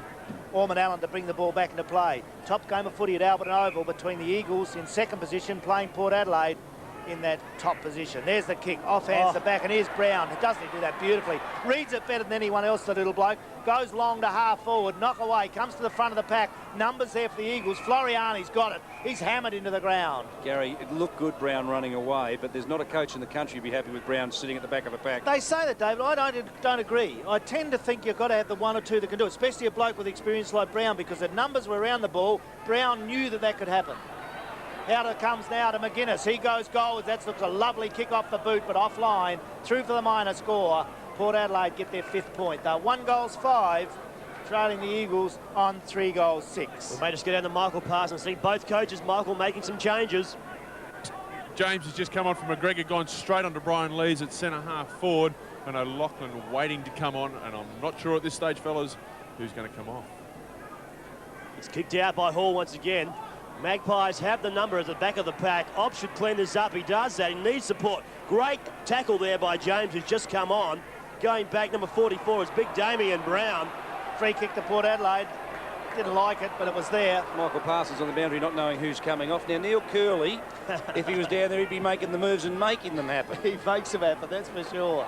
Oh, great mark going back with the flight of the balls. The Iceman, as cool as a cucumber, the Iceman takes a great, courageous mark, running with the flight of the football. Look at this, David. And if there's a trademark of this kid, Nearly got it taken off him. It's his courage, isn't No, it? he should have that taken off him. You reckon? Oh, that's that. He went straight through with the elbow. Fair enough. I like the lad. He's taken a great mark. But what he did after that was a bit silly. The umpire spoke to him, but let him take the ball. Probably fair enough. Well, 30 metres out, directly in front, puts it high. He shouldn't miss that. He has, and that's his first major for the afternoon. And the Magpies to stay within touch. You see how tough Scotty Hahn is, and you forget he's only 21. Good lad. And he's now, what, 28 games into his career. You don't think they're going to be much until they've played 50. This kid, that's a trademark. His courage is good. Yeah, you're right. Fair enough. Put the elbow up. He was dead set lucky. He's just lucky. Yeah, I say that, but I'm glad in a sense he didn't hurt anyone. He's got out, but the lad's got to learn because he's over-exuberant with the use of that type of thing. Bounce down in the centre of the ground. 3-6 the Eagles. Port Adelaide hit back. We knew they would. They're 2-5. Bounce down. We're in the second quarter by 15 minutes. Out they try to get again. Port Adelaide now lifting. They get a smell. They'll go. Knocked away. What can the Eagles do to overcome that? Good take there by James. Handball away is good play. They get it out through Danzanas. Goes short. There's a Pierce. And the ball is marked by Colville at half forward. He goes long now. Who's the flyer down there? Filippo doing a good job. Gets in the front position. Off hands. Ormond Allen. Oh, he shrugs off everyone. Barges through with strength, and they're out of trouble with the long kick to centre wing. O'Loughlin with a chance. There's a biff up. He's been caught. Lees is gone. Now, Lees is gone. McCarthy sucked him in then because he came at Leesy and gave him a little half an elbow and then came back and said, Leesy, what do you reckon? And Leesy accommodated him. Oh, Leesy's biffed him in front of everyone. That's a terrible kick. Goes into the pocket. Oh, Leesy's... Oh, he's ready for him again. He'll go again. Get him off. Leesy's gone bad. Have a look on your ABC screen. It's a wild and woolly game now. Leesy's upset at Albertson Oval. He needs to run around there, Gary. He just needs to call him down. He can't give away free kicks. Well, this close to goals. Exactly. Stephen Williams will know what to do, but Jason James needs to kick a goal here to really put it in. He can't do so. Puts it in the slot. It's off hands, goes into the forward pocket. This will be a nice old attack on the ball. Heavy body work there. Hip and shoulder. The Port crowd say, where's our free kick? Now, Mark Nolly, you couldn't have been serious calling for him to be taken off. That's what we're here for. A bit of aggression and a bit of toughness. It's like we haven't got trial by video in the SANFL, isn't it? Well, there might be. We've seen a couple this quarter. Well, there is, by the way. I think there is. There is. Mouth shut. Where have you been? Yeah, go on, Daly. The ball's in set up forward. I know you are. It's terrific stuff as the ball comes to Pierce. Gets it away to McCarthy, who sucked in Lees in that last little effort. Big Lance goes in hard. Oh, there's good play taken by Vines. He handballs across the play. Gets it back. Goes with a little right foot kick, and he's got Hahn there. He won't shirk an issue. Hahn's got it now. Short. That's good common sense play by the Magpies. And that's if they're going to do it, he's got away with it, the lad. Good play. Fraser kicks long, half forward. Beautiful kick. Beautiful kick. That's well done. And the mark taken down there for Port Adelaide by Brosnan on the ground just a while ago. You can feel the passion just warming Well, it would, and Port Adelaide are coming back through all this. Port Adelaide are coming back at the Eagles. The Eagles have got to kick goals, and they can't do so with this slight breeze. If Brosnan nails, this game is really on. He's given it a long, long ride. Goal! Great comeback by the Magpies. 3 goals, 5 they are. The Eagles 3-6, lead by 1 point. Stephen Brosnan in his first game. I think that's his first kick, by the way, so he's one of those elite players. He'll enjoy the tape of this. The first kick in league football is a goal, but the passions are flying. Now, for all you say about Brian Lees, I think one thing he has done is ignited this Port Adelaide team. Isn't this a great game? This is a great game of football. Good comment, David. That is exactly it. And the Eagles have got to watch this because now the Magpies hitting back. We saw a magnificent game last week between the Eagles and the boys from Ungley Oval. It's this week just as good. The Magpies up against the Eagles. You're sitting home watching it live and exclusive to SANFL Sport, to ABC Sport. It comes again. Pavlik's in there. The umpire's blown his whistle. The free kick will come back. It'll come to Holland. They need a goal, the Eagles. Movement by Filippo. Holland goes to the top of the square. He's got McCarthy going back there. The arms go up. He needs to soccer off the ground. He tries to tuck it back under. The ball's out over the line by North East. In other matches around town this afternoon, it's Western Central. The Bulldogs leading by 8 points at Richmond Oval. Glenelg, look at that against Norwood. The Redlegs in trouble early in the match. And North and South battle out a civil war at Prospect Oval. It's a tight one. McGuinness gets the ball down the centre for the Magpies. Oh, Big Lands, good body work there. Handball away by Whelan is good play. The big fella there, is it Fruin? Kicks the ball back into the half-forward area. Comes away to Obbs. Good tackle there on Waite. He gets the slippery one away. Taken away as they run through North East. Up looking for O'Loughlin. Off hands. Oh, the kids read it beautifully. O'Loughlin, that's a lovely kick to full forward. The big fella's out there again, and Brosnan can't mark. Binky's got it. He dribbles it, dribbles it, dribbles it. It's gone through. The goal of the day. The Maggies have hit the front. The Maggies have hit the front of the second quarter. 4-5, Eagles 3-6. Goal of the day, my eye. That was brilliant. That was Fairtingham fluke. It was not a fluke. Have a look at the bounce this one takes. It's going well left of the goalpost. Then it takes a huge off break. And that is just sheer luck. Great desperation. Great work, but look at the bounce. David, just quick comment. The space the Magpies have created inside 50. There's one player, one out. Hall against Brosnan. They've tightened it up in the middle, haven't they? And they're winning the in-tight contests. A tremendous space right from 55 out. There's no one up there. It's just man on man. Back to the action here. 29 plays 24. The Magpies, they've kicked back. We've come to expect that. They've got into second gear, Gary. Oh, they have. That's we knew that it happened, but that's a great comeback by the Magpies. You expect it from them. They're coached by one of the best in the business, and Stephen Williams, and I expected that, and we'll talk more about it at halftime about that Lees incident. There's the ball out the centre again. The Eagles need a goal. Kick away there by the Eagles. Whelan goes into the half-forward line. This should suit them with their pace. Get over the ball. That's good play. Barging through, the handball goes wide. Coming over to Colville, goes on the left foot, drives it long, full forward, knock away by Pedler is brilliant, through for the minor score.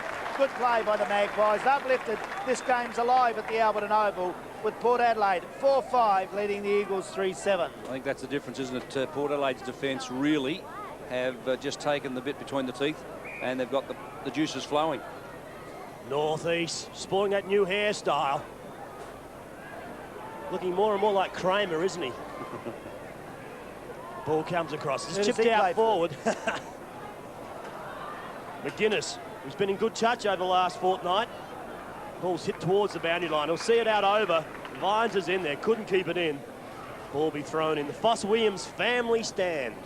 Well, they've earned it. There's Stephen Williams sitting in the back of the Foss-Williams stand. Alan Gill to his right, to our left. The chairman of selectors as Dempsey goes hard at it.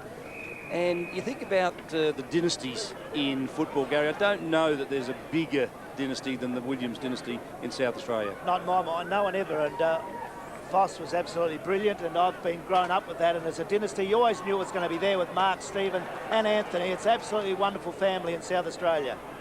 I think Jenny might have tried to pull on a jumper at one stage too, didn't she? She couldn't. She was good enough to do it. She used to build us around too. God, she was a goer, that's for sure. Well, you think about them, you know, Teddy Whitten and Teddy Whitten Jr., but I don't, and Ron Barassi Sr. and Jr.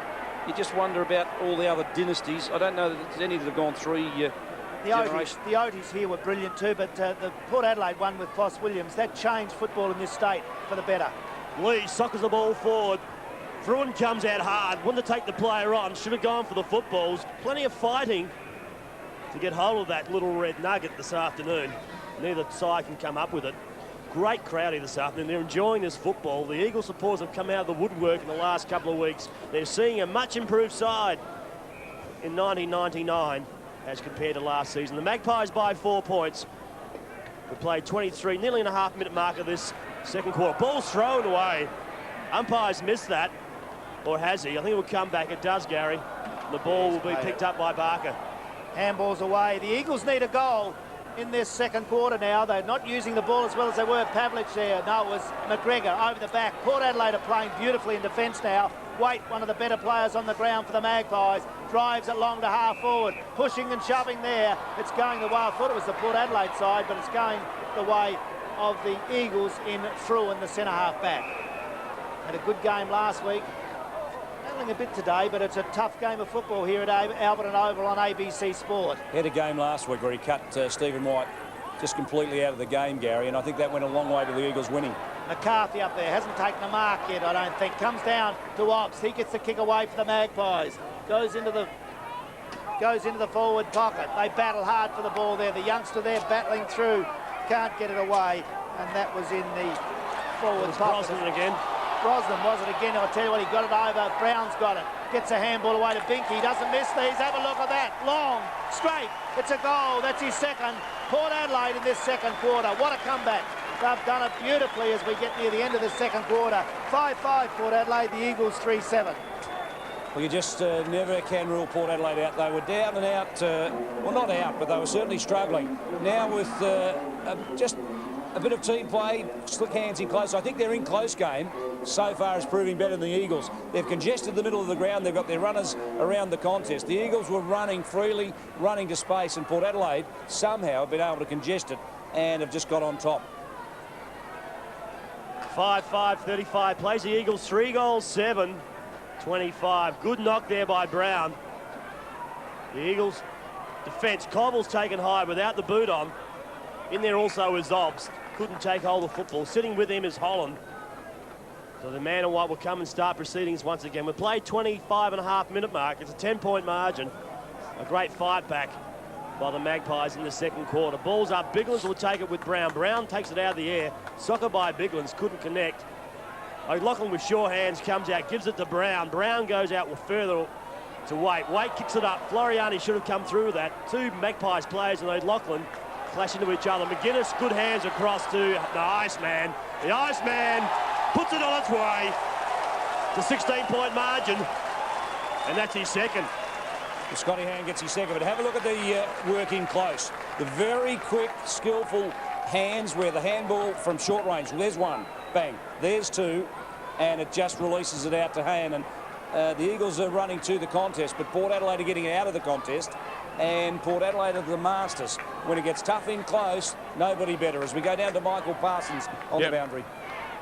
McGregor coming on for McCarthy, paying the penalty for letting the ball go over the back in a couple of competitions.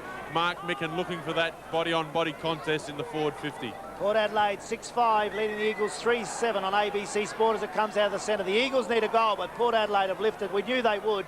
Setting up beautiful play down there. The kick away by McGuinness goes in this Hahn as he lifted his game. He grabs it at the 50-metre line.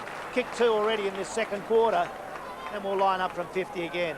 That's that in-close work. Understood they found no weapons or any further documents which could be linked to the so-called hit list. The harder you work, the luckier you get, and that one, well, it was a bit of both, wasn't it?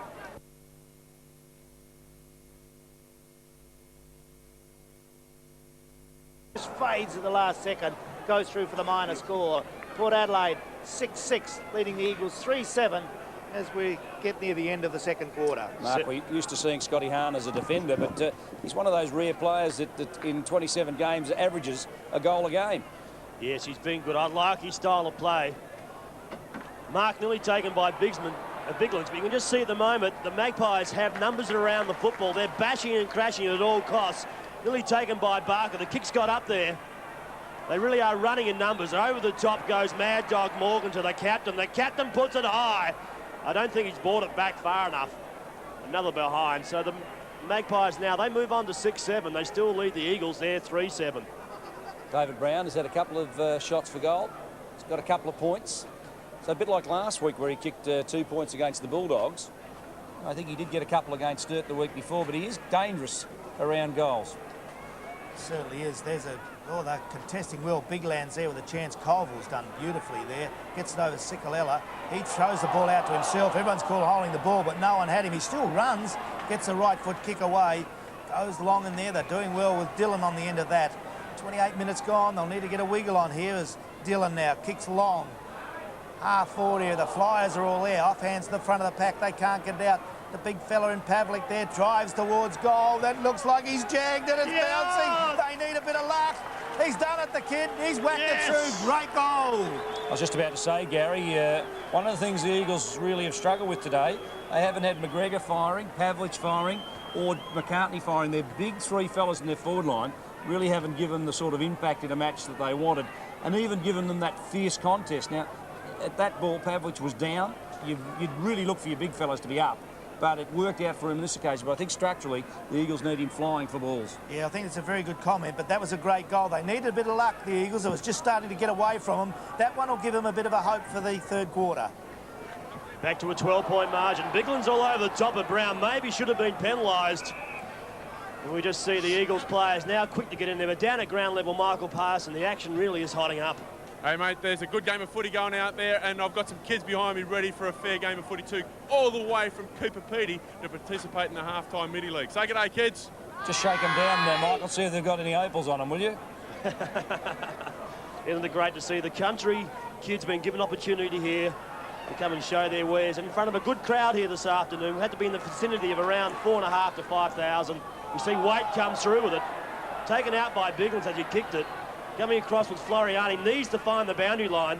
McGuinness keen to keep it in. 2-on-2 here. He'll come up with it. Just hits it towards the boundary line as Fruin. Maybe should be penalised. The umpire hasn't seen it and calls for the ball to be thrown in. Half-forward flank. It's a high ball. Bigland should take it. Over the top is Waite. He thumps the ball towards their area. Mad Dog Morgan over the top of it. Ducks his head. Back again to Waite. Comes back again. Number 22 coming up with his Fraser. Comes up to Binky. Binky outside 50. The big torpedo. Has he got it home? I don't think he has. It's another behind to the Magpies. What a kick there by big Brian Binky. I think that's the dangerous thing about Brian Binky, Mark, is that he can take the ball on a ground like this anywhere within 65 or even 70 metres, and he's dangerous. He's a lethal kick, and generally, even from a long distance, he's pretty accurate. Yeah, he certainly is. Hall with the ball now to bring it back into play as we get near the end of the second quarter. Blood rule, Colville coming off. Oh, they want him back there pretty quick. He's been one of their goals. The Eagles getting a valuable lesson here today, though. After starting brilliantly, they put it up to the Port Adelaide side. We've had a bit of fun and games with Brian Lee stirring everyone up. But since that point, Port Adelaide have hit back hard. David, we just saw last week, I've just got to answer there for Gary. I mean, they were down by 23 points, I think, midway through the third quarter. Looks like their game was gone. All of a sudden, the Eagles come back. So don't write them off yet. As we hear the siren go, here, fellas, to win this great clash, a great first half that we've seen. And it's back to a 13-point margin, David. And Gary, I guess the real summary there is Port Adelaide's intensity lifted about 5 notches, sparked by Brian Lease. A lot of people thought he was undisciplined at centre back, but I think the thing that really got them going is that he fired them up and realised there was a physical contest and the emotions were charged. And Port Adelaide are past masters of this. They don't mind stirring up. See, they like to play footy on the edge, and they don't get that every week. And that when that happens, they get down. And the best thing about Port Adelaide in these situations, they've done it for years, they get cold and calculating. They don't get sucked in. They start to play the ball. They handball to their people in the spaces, and they do it better than anyone in this league. So a 25-point turnaround in that quarter for Port Adelaide. They kicked 6 goals, 5. The Eagles only managed to add 2 goals, 4. So at half-time, the score is Port Adelaide 6-8. The Eagles are 4 goals, 7. You're watching the SANFL live and exclusive to ABC Sport.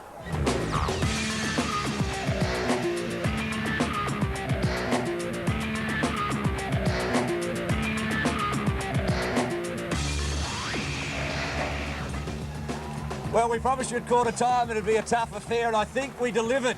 Or at least Port Adelaide did. The Eagles are fighting out. Gary Window's punching me up here in the commentary box. And Gary, stay with us throughout half-time because we'll have a look at what happened last week in Showdown 5. We'll also preview tonight's match between the Power and the Bulldogs. I'm looking forward to that. Tomorrow, of course, it's the MCG and North Melbourne get a chance of having a crack at the Crows yet again. We'll also speak with Paul Northeast, the Magpies vice-captain. And if Scotty Morford's wife, Kath, has had her baby, we might even get a chance of talking to Scotty Morford throughout the halftime break. I think it'll be entertaining. We also have a little bit of a footy flashback. It's a grand final and it dates, well, I'll tell you, it's a Glenelg and Port one, Gary. Is it? Trivia quiz. Oh, that'd be great. I'll give you the year a little later on. But for now, we reflect back a little to Showdown 5. You were there, I was there.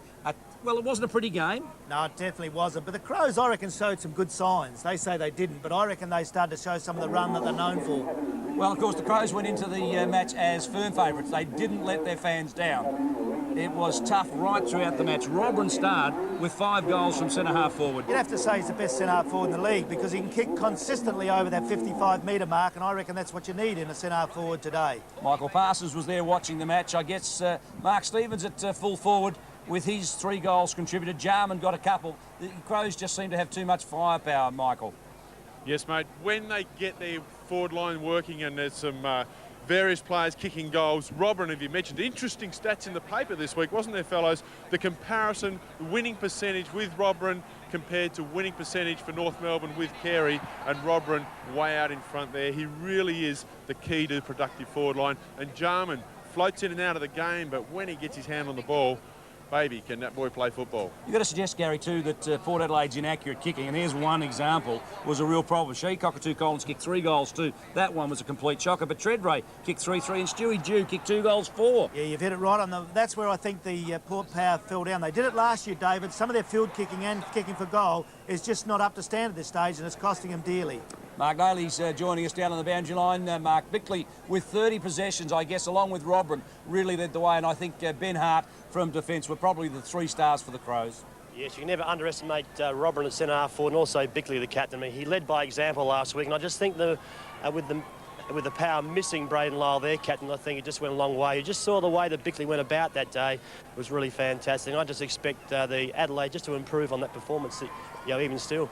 Well, while Malcolm Blight Gary was pretty happy with the results, I know that Mark Williams was extremely disappointed. Yeah, he certainly would have been. I think he'd be happy to get the 4 points. I thought we had a lot of the play today, and if it wasn't for our clangers and turnovers, they were running back behind us and cut us up, free running through the centre square when we didn't hit our targets. And we're pretty disappointed because I thought we did okay today.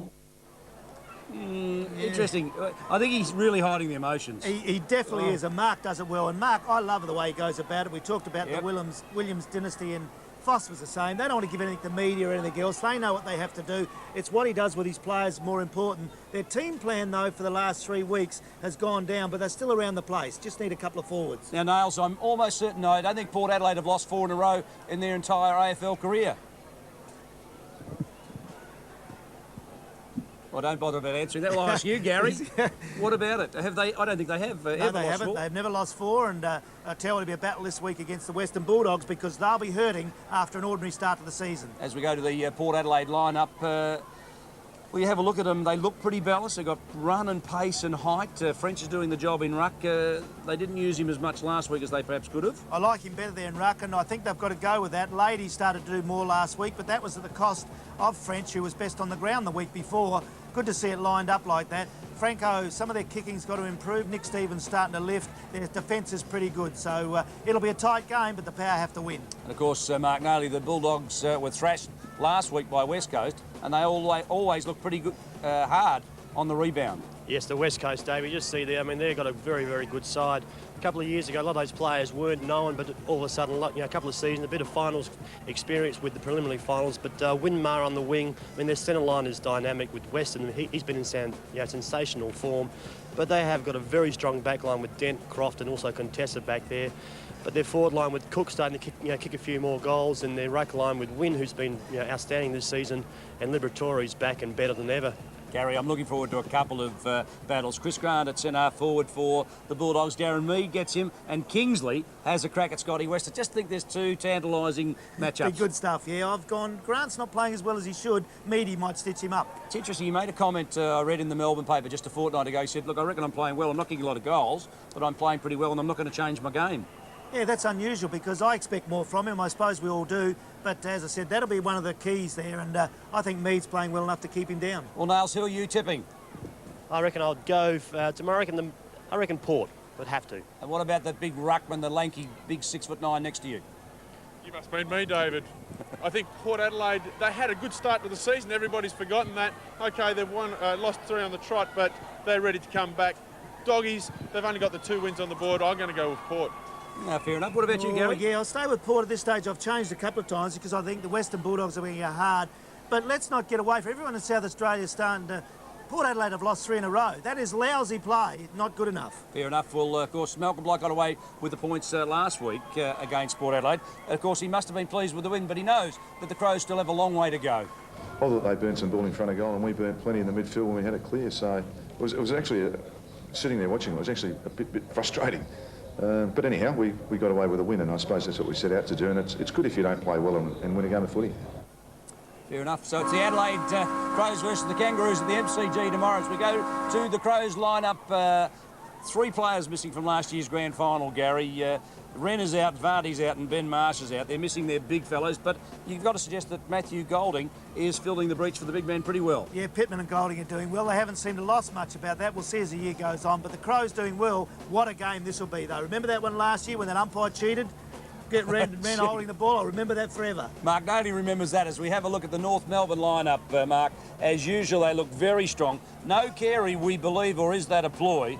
No Anthony Rock from last year's grand final. No Mark Roberts. No Brett Allison and no Glenn Freeborn. They have changed a little bit. Yes, they have, David. They still look pretty strong. And the speculation this morning, maybe North Melbourne or the Kangaroos, should I say, may pay the $3,000 if Carey comes up fit, but I can't see that happening. I think they've named that side there, but they still look good.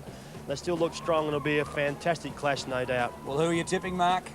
Well, I think, David, just have to go by it. I think the Adelaide Crows at the moment, although they're missing some players, they're still just getting through with those wins, and they've been very impressive over the last 2 weeks. Their midfield has been dynamic and just got Jarman on form at the moment. The speculation about him being or carrying injury this week, but I still think Adelaide have got enough to get home. And what about you, Michael? You're jumping on the Crows bandwagon. Yes, we may as well get on while it's hot, mate. I'll go with the Crows. Fair enough, Gary. Yeah, stay with You've them. always been a Crows They're man. going to be there for 3 in a row. You beaut. We might beat the Vicks again. Lovely stuff. Well, they wouldn't want to take the Kangaroos too lightly. I think they're a beautiful they're only warm-up Victorians. match. Pagan trying to suck everyone in. Who are they? We've won the last 2. How do you think they went against Collingwood last week? Yeah, all right, but not. They're not burning. No, I'm not a Kangaroos fan. I'm not a Pagan fan too. They're Victorians. I don't like them very much. Does that surprise us? No doubt about that. Comments, Gary Window, former Central District and South Australian champion. As we look to Port Adelaide, and you look at how strong they've been this year, undefeated so far, they're sitting on top of the ladder. During the week, we caught up with Paul Northeast, the Magpies vice-captain. It's great to be a leader at the club, certainly. You know, there's been some great leaders here, and Greg Phillips, Tim Geneva, Russell Johnson. So to get a leadership role at the club, it's fantastic. I suppose I'm a veteran now. I've been around since '87, and I've played 12 years now, senior footy. But I'm only 29, so I've still probably got 3 or 4 years left. I've been lucky enough to play in 7 day premierships, 1 night premiership, and 1 reserve premiership. I think the one that stands out the most is 1990. Before the Crows came in, there was a big turmoil that we were going to join the AFL, and everybody was against Port Adelaide. So to come out and win that with all that pressure around us was just fantastic. We set our goals at the start of the year, and at the start of the year we talk about premierships. We believe if we don't win a premiership, our year has failed. So it's no good making a grand final or making the finals. If we don't win the premiership, it's been a failure for a year. So at the moment we're sitting on, I think, 5 zip, so sitting pretty well. Yeah, I played under 10s at Port, and then up through the special squads, under 13s, under 15s for 3 years, and then in the under 17s, and went to reserves. I used to watch my brother play under 15s, and I used to sit and, hopefully I was only 12 at the time, and Wayne Marnie was playing for the under 15s, and they used to be a bit short, so I used to take my bag along and I used to get a game. It was a pretty hard game last week. We won by 37 points, and Centrals have always been a good side at Elizabeth. We haven't beaten them for 4 years, so it was good to come out and get a win. Certainly Eagles have been a surprise bracket of the competition so far, and we're playing for top spot today, so it's important for us to make sure that we get to a good start and our midfield run with their young midfield. I think they're doing that so far, Paul. Was that Paul Northeast with an earring? I think it was. I'm not going to say anything to him because he'd built me up, but it looked awful. Say it ain't so. Yeah, I'll say it ain't so. Hey, well, funny things happen in football these days, Gary. We might even see you in one before long. You will never see me in that garbage, ever.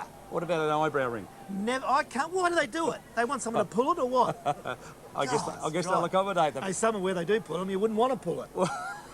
Well, one fellow we were very uncertain whether we get a chance to talk to. We geared up early in the week to talk to Scotty Morford, but his wife was having a baby around midday today. Kath, I think you might be watching this because you know your husband's on. Good luck to you, girl, and he's a real trooper, rocking up the day his baby's born. As we go down to Scott Morford with Michael Parsons, we might find out whether it was a boy or a girl. Yes, and I think he's just rolled in too, David. Just come from one of the significant moments in life, birth of another child. Congratulations to Scott. Yeah, thanks very much. It's been a pretty hectic day up to now, so I'm looking forward to a good win today. And a name for the new member of the human race? Yes, Brittany Kate come in at £7.8, and both are doing very well.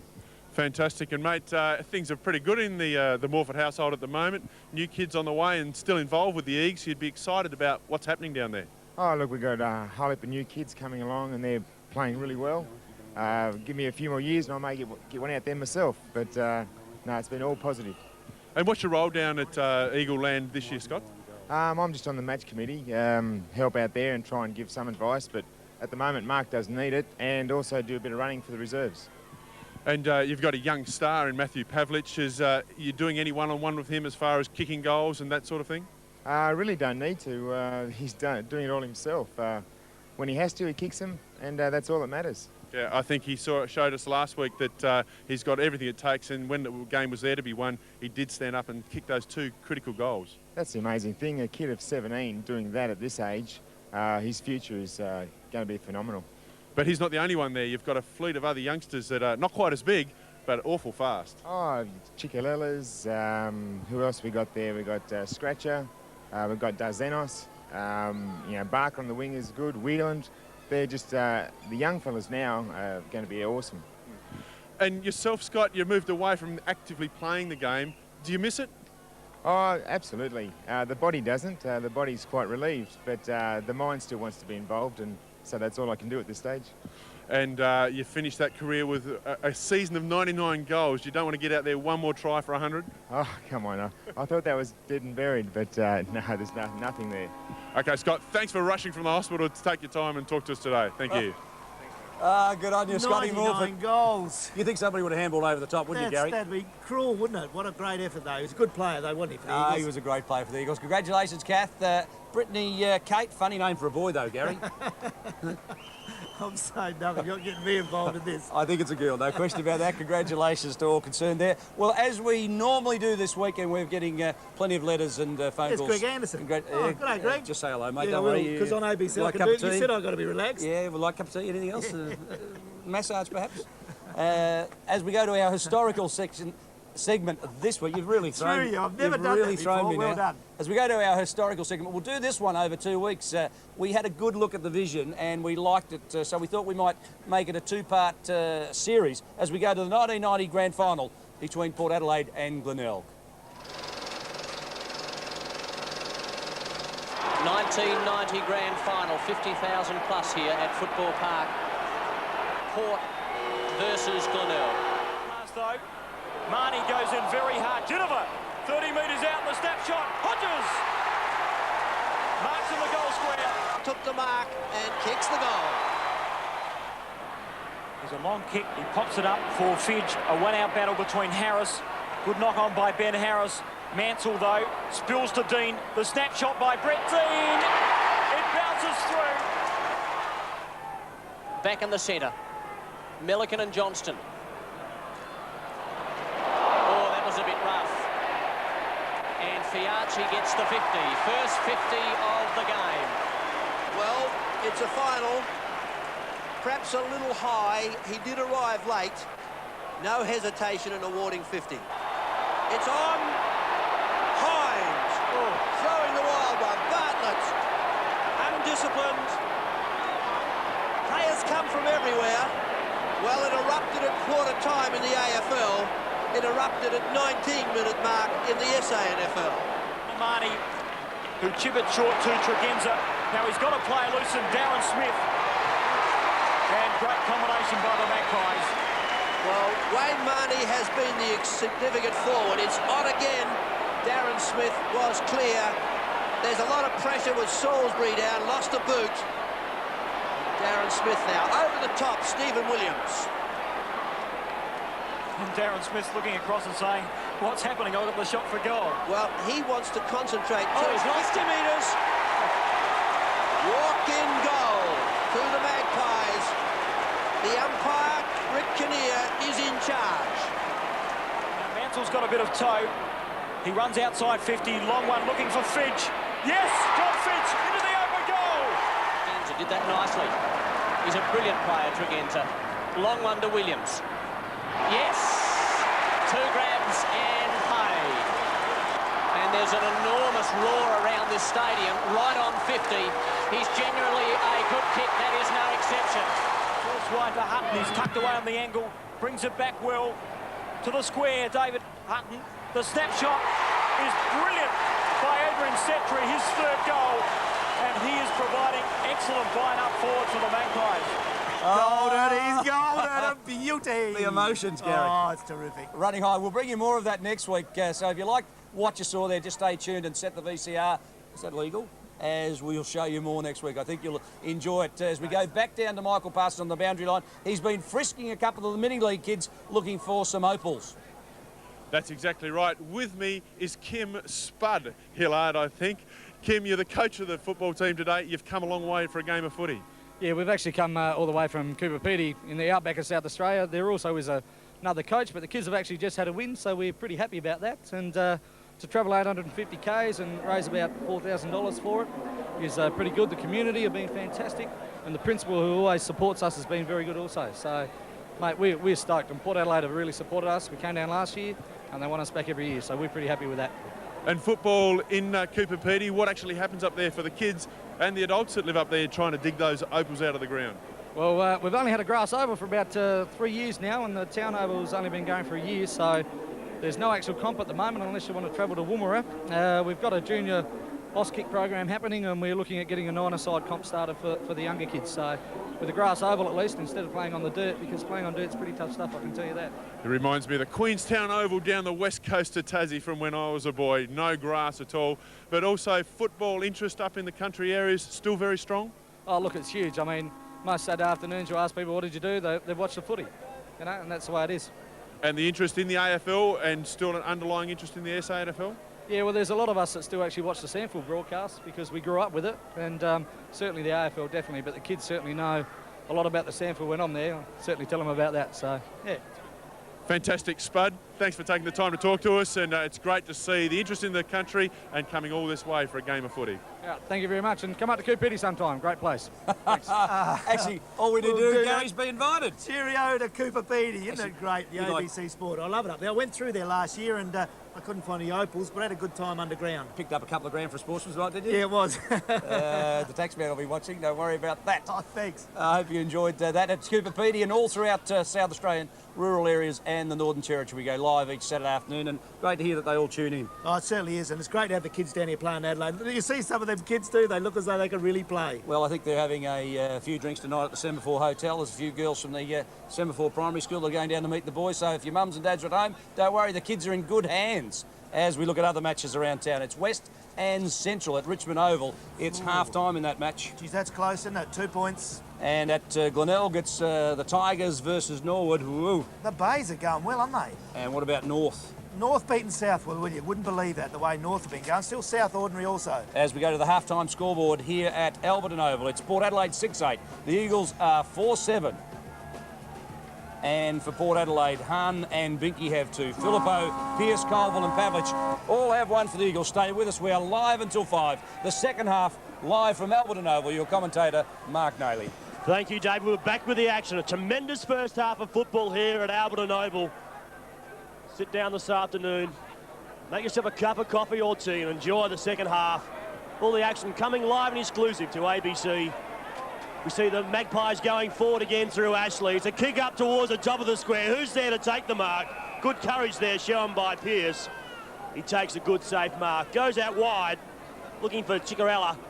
He needs to pick the ball up. He comes inside of Harney, needs support. Comes inboard, finds Hall. Hall goes over the top. Now the comedy of errors here by the Eagles defence finally comes out with Ciccarella, goes over the top looking for Biglands. Unfortunately, Ciccarella had stepped over the boundary line. The ball will be thrown in. Still half forward flank. A couple of pretty young things. I think our cameraman had his eye on those girls. Do they love their footy here? By hell they do. There's a handball away. The Eagles have got to do something now as it goes to Barker. That's a beautiful long kick. Strong into the half-forward line. Oh, good. Look at the mark by Pavlik. This kid, we keep talking about him, but he's playing centre-half forward in this side. What can he do with the ball? Pops it out in the right place. Good heavy work there. I thought that should have been play on. It's not. It's gone the way of Ken McGregor, and he's got a kick. Oh, footy's fortunes can change, can't they? He'll kick from 30 metres, nearly directly in front of goal. I thought in the first quarter, Gary, that McGregor was moving around. He was playing on Lees, and I thought that opened up the Eagles' forward line. When they took him off, congestion started to just come in there. Trouble the Eagles. Yeah, I think you're dead right there, and they've got big raps on this young player too. Let's see what he's gone back a mile to have the kick, hasn't he? I couldn't kick that far if I went from there. I hope he runs in a bit closer. Need a goal, the Eagles. They trail. Port Adelaide 6-8. The Eagles 4-7 as we start this second quarter. The Eagles need a goal. What about the pressure on this kid as he runs in, lumbers in towards goal, and he's put it through, has he? No, just missed for the minor score when they need goals. The Eagles 4-8 trail the Port Adelaide side on 6-8. You talk about how quickly you can be elevated to the Crows list. This kid played one game for the Eagles in 98, 6 in the reserves and 4 in the under-19s. What a rapid rise. This doesn't take much. The AFL talent scouts, they've picked some good players over the last couple of seasons at the Adelaide Crows. We see the ball pushed out there again. We see a good, healthy crowd here this afternoon. They're enjoying this contest, and so they should be. It's the home of the Magpies. Ball will be thrown in. Biglands up against Brown. Biglands over the top, forces it back towards the boundary line. Things will start up again. Oh no, Lees. I'm just trying to pick up Brian Lees. Had that bit of an altercation. He's been reported in the second quarter, but he's out there on. I reckon he would have been reported. I'm just saying that. What do you look at me for? He should have been. I don't think he was reported. Oh, cool. You look. I thought that was a moral. No, I don't think he was. I think it was a push to the face, wasn't it? At one stage there. It wasn't a clenched fist. It was only a push. Little free kick. That's all, Gary. You're getting too excited. Probably was too. The ball in the centre of the ground. You're on ABC Sport. Live and exclusive from the Albertson Oval with Port Adelaide 6-8, leading the Eagles 4-8 by 2 goals in this very important game for these two top sides. There's a knockaway by Bigland. Started early, but he's getting pinged again for that little ticky touch, bit of a push away, but they pay it all the time. It'll go the way of Damien Brown for the Magpies. Brown will handball it away. Does to Lees. He gets a up and under kick that doesn't go very far into the half-forward line. Carter there battles for it, can't do so. The ball goes near the boundary line where Dillon just runs it out of play for a throw-in. Right half-forward flank for the Maggies. Well, you look around the crowd. There's Ray Huppert's right in the middle of your screen. Former Woodville. Crook old player. And Port Adelaide champ. Yeah, brilliant player he was too. Bit of a fair old stint with Footscray too. Yeah, brilliant player he was. The handball away to Fraser, doesn't come off. Out of trouble there. Ciccarella tries to get it away. Can't do so. That's a good handball wide. Finds Colville. He goes for the Eagles. Long and hard. Good kick up there looking for the big Pavlik. I like his work when he's not marking also. Brilliant handball to Pearce. Pearce from 50 metres. Pops it into the slot there. Can't get it there. Good handball away. Tackling over there on Filippo. That was good by Pedlar. The ball out of play. Left half forward flank. I thought Pedlar's effort there. He was out of the contest in more ways than one. Second effort was good, just dragged Phil back, then released him, didn't give away a silly free kick. Saw he was in trouble, headed straight to the boundary line. You couldn't have asked for a better, stronger mental approach to a ball. He's done pretty well, hasn't he, at fullback Pedlar? He's one that's been moved up there. And he was one of those players who was on the Crows list, and they just waited for him to come on, and he didn't. But I really seem to think he's found his place at fullback for Port Adelaide. Look at the supporters here. There's hundreds of them, thousands of them, all probably lived in the Port most of their lives. There's the knockdown in front of the scoreboard. The Eagles still need goals out there. Colville hard, always hard at the ball. Fraser, they're tackled high. Play allowed to go on, and they've cleared to the outer side of the ground. Good mark, they're taken. Ciccarella. That would be Ciccarella. Ciccarella. We'll ask him at three-quarter time, by the way. Well, there's been a bit of confusion this week. Some say Ciccarella, some say Ciccarella. We'll ask him. Pavlik comes out with it. He's over the top again. He goes in. Holland's in there as well. Thrown out there by Fraser. Over it again was Holland. Coming in hard was Carter, who's had a quiet afternoon as Stephen Carter. You reckon? Well, he hasn't been that noticeable. He's done a solid job. Well, he's had a couple of marks, 4 kicks, 4 handballs, 8 possessions, but I don't think his opponents had any. No, he's been pretty good. Share of the ball. Umpire puts it down again. Brown up against 49 is Pavlik. Brown comes up with it, gives the handball across. Ends up now with Fraser. Looks like McGuinness. McGuinness comes out with it. Chips the ball towards centre half forward. Obbs is there. Over the back looks like Ashley. Or is it Binky? It's Binky. The black-headed one. He puts it on its way. Puts it up towards the goal mouth. It slotted it through as Brian Binky. That's his third. You talk about quality players in this competition. Well, he dominated last year's grand final, didn't he? So much so that the Crows thought they'd just give him a berth on their roster. Tim Ginniver says he's been hard done by and hasn't had a chance of settling down with the Crows. Now, he just made that look very easy. And it's a sign of a good player when you look like you've got plenty of time. 3 goals, Brian Binky. He was brilliant last year in the finals, and that's a great effort. He's really the difference at the moment, and I tell you what, the Eagles, they can't stop this. They won't win this game. They seem to have just gone off the pace a little bit as it's out of the centre with Big Lands. They need a goal. Kicked into the Carter direction. He couldn't take it. Booted off the ground. Vines takes it for Port Magpies. Oh, Colville, that's a snap. He's got it. He just drives it long. Who's up there that can take a grab? Over the back it goes. Terrific reading of the play there by Pedler, and also 41 for the Port Magpies. They get it away to Lees. He handballs wide, but it didn't go to anyone particular. Good kick in there by James. Goes to full forward. There's a free kick being picked out there to go the way of the Magpies, and it looks like that's Ormond Allen. The umpire said he just got a little push in the back, and the umpire was right on the job. Kick short into the half-back line to find Carter. Now, Carter's been on Dillon, by the way. You talk about direct opponents and what they've been able to do. Dillon's had 3 kicks and 2 handballs. Hardly had a sniff. So 5 to Dillon, 8 to Carter. So we see the ball pushed out to Northeast. He pushes his opponent away in Darzanos. Working through the midfield, goes up high now. The ball stumped back there by Young. Goes out wide. The Eagles have a chance to defend here. Over the top, it's a tremendous grab. Dempsey. It's Dempsey. Greg Dempsey who's come on. Number 41 for the Magpies. Yep. Good grab. It's a handy little one, isn't it? It was set up for him. That's nearly mark of the day. At this stage, just wait. Too many others. Over the top, O'Loughlin should run onto this. He doesn't. Hall puts it back down for Barker. Barker's held. Umpire has no other decision other than make it holding the ball. He's called the advantage. O'Loughlin comes up with, I think O'Loughlin kicked the goal. He has. That's O'Loughlin's first, and the Magpies are just starting to extend their lead. Well, you just think about where Port Adelaide are winning this game, and they are winning it in close. Believe me, when the Eagles get the ball out wide, they look much the better team in close. Here it comes the tackle. Obbs flies it. Bang, pins the arms, and no question Harvey was gone. But look at Hahn. Flicks it out. Quick handball. Bang, and 22 was Fraser. So Fraser was the finisher and got the goal. Terrific play, and what a tackle there by Obbs.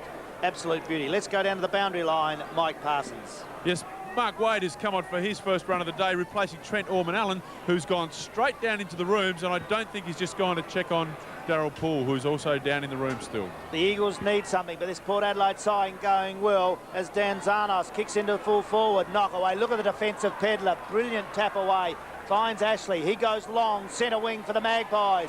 Up in front, O'Loughlin couldn't mark. Vines with pace goes through. Pearce, he's got it. They need to use the ball from here. They're not setting anyone up 30 metres out. Just pop it into the slot again. The Magpies are knocking that ball away all the time. Waite's got it. He's tackled. The umpire says that I'll take it. I thought that was nearly holding the ball. Must give the Eagles credit, Gary. They're playing the corridor footy. Colville pushed it right into the corridor. The big fellas flew, but I couldn't see a small man from the ball. No, it's not working for him at the moment. That defence of Port Adelaide just knocking away, and more smaller blokes getting the full of the ball. Colville with a chance now. Down to Pierce, 48 metres out, drives goalwards. There's a good grab, jumping forward. It's Filippo again. You've mentioned that before, David, and he's done it again. That was a good take from an awkward ball. Well, he reads it. Good players do read the ball off the boot, don't they? They read it quicker than anyone else. He left early, and it's one of the things about him. I just wonder whether he's not hasn't got the ability to perhaps play permanent full forward. I'm just not sure that he's big enough. Oh, he has a go, and he's got to kick this. He's put it through. That's his second. He's kicked it, and that was a good goal. The Eagles needed that to keep some life into this game. They go along to 5 goals, 8. Port Adelaide, 8-8. Well, he's 190 centimetres. He's dwarfed by McGregor and Pavlich. You just think he needs to perhaps build up his upper body and be a bit stronger to hold them out in the square one-on-one. Pedler's been holding him in a one-on-one contest most of the day. Filippo got away on that occasion, and he's not a bad kick, frankly, when he gets it. No, it was a good goal, and they need that, the Eagles. What do you reckon, boys? The Eagles need to do something now. They've been knocked around a bit, and they seem to have slowed down. I just sense they're not working hard enough at the moment. They're just not getting, as you said, players around the football. That's where they were so good last week. Numbers around the ball, bashing and crashing it forward, sharing it around between each other, and just creating a bit of space. Look up forward line there now. They've got 2 blokes on inside the goal square, with Pavlik at centre half forward. But down on the boundary line, Michael Parsons, you must have an opinion. Yes, Trent Allen has twinched his hamstring. Not seriously, but they just want to check it out. Brown goes forward, up, couldn't take it, was Brosnan. No, Lachlan again, snares it off the back. Which way will the ball bounce? It's bounced out of bounds over the line. It's actually hit the behind post and will be thrown in. Forward pocket for the Magpies. That's the difference, isn't it? That's what you're talking about, the other end, David. Reading there, O'Loughlin, he looks like he's got a bit of talent too. Yeah, have a look at that. So there's plenty of injuries in this match. That's McCarthy. Yep. Throw in as the Eagles get it out of trouble. Kick to the centre of the ground. Who's going to get this hard ball? Oh, it's taken well by the Eagles. Handball away is not good there by James. Gives the Magpies a chance through Brown. He puts it in the slot down there looking for Obbs. Can't find him. Ashley, the first one to the ball, throws the ball away, but it's out of play. Throw in the right forward pocket for the Magpies. 8-8. The Eagles 5-8. Nathan Young just got that important fist to the ball. I thought it was open slather for the Magpies, but he just got there to the contest. That's sometimes all a defender can do. Pressure on the Eagles. Knocked away by Biglands. They can't get it out there. Big pack of players around the ball now. This is playing right into the Magpies' hands. They lead by 3 goals, and we're 12 minutes into this third quarter. Port Adelaide play a game very similar to North Melbourne. They love it in close. When you congest it, there's nobody in the competition better. The Eagles, the only way they've got is kick it off the ground, punch it out, start their runners running. Magpies losing a couple of talented players, and Poole with a hamstring, and also Trent Allen only moments ago. We see Brown comes up, but he doesn't miss these too often. He hasn't this one either, as the Magpie supporters clap their appreciation to their captain.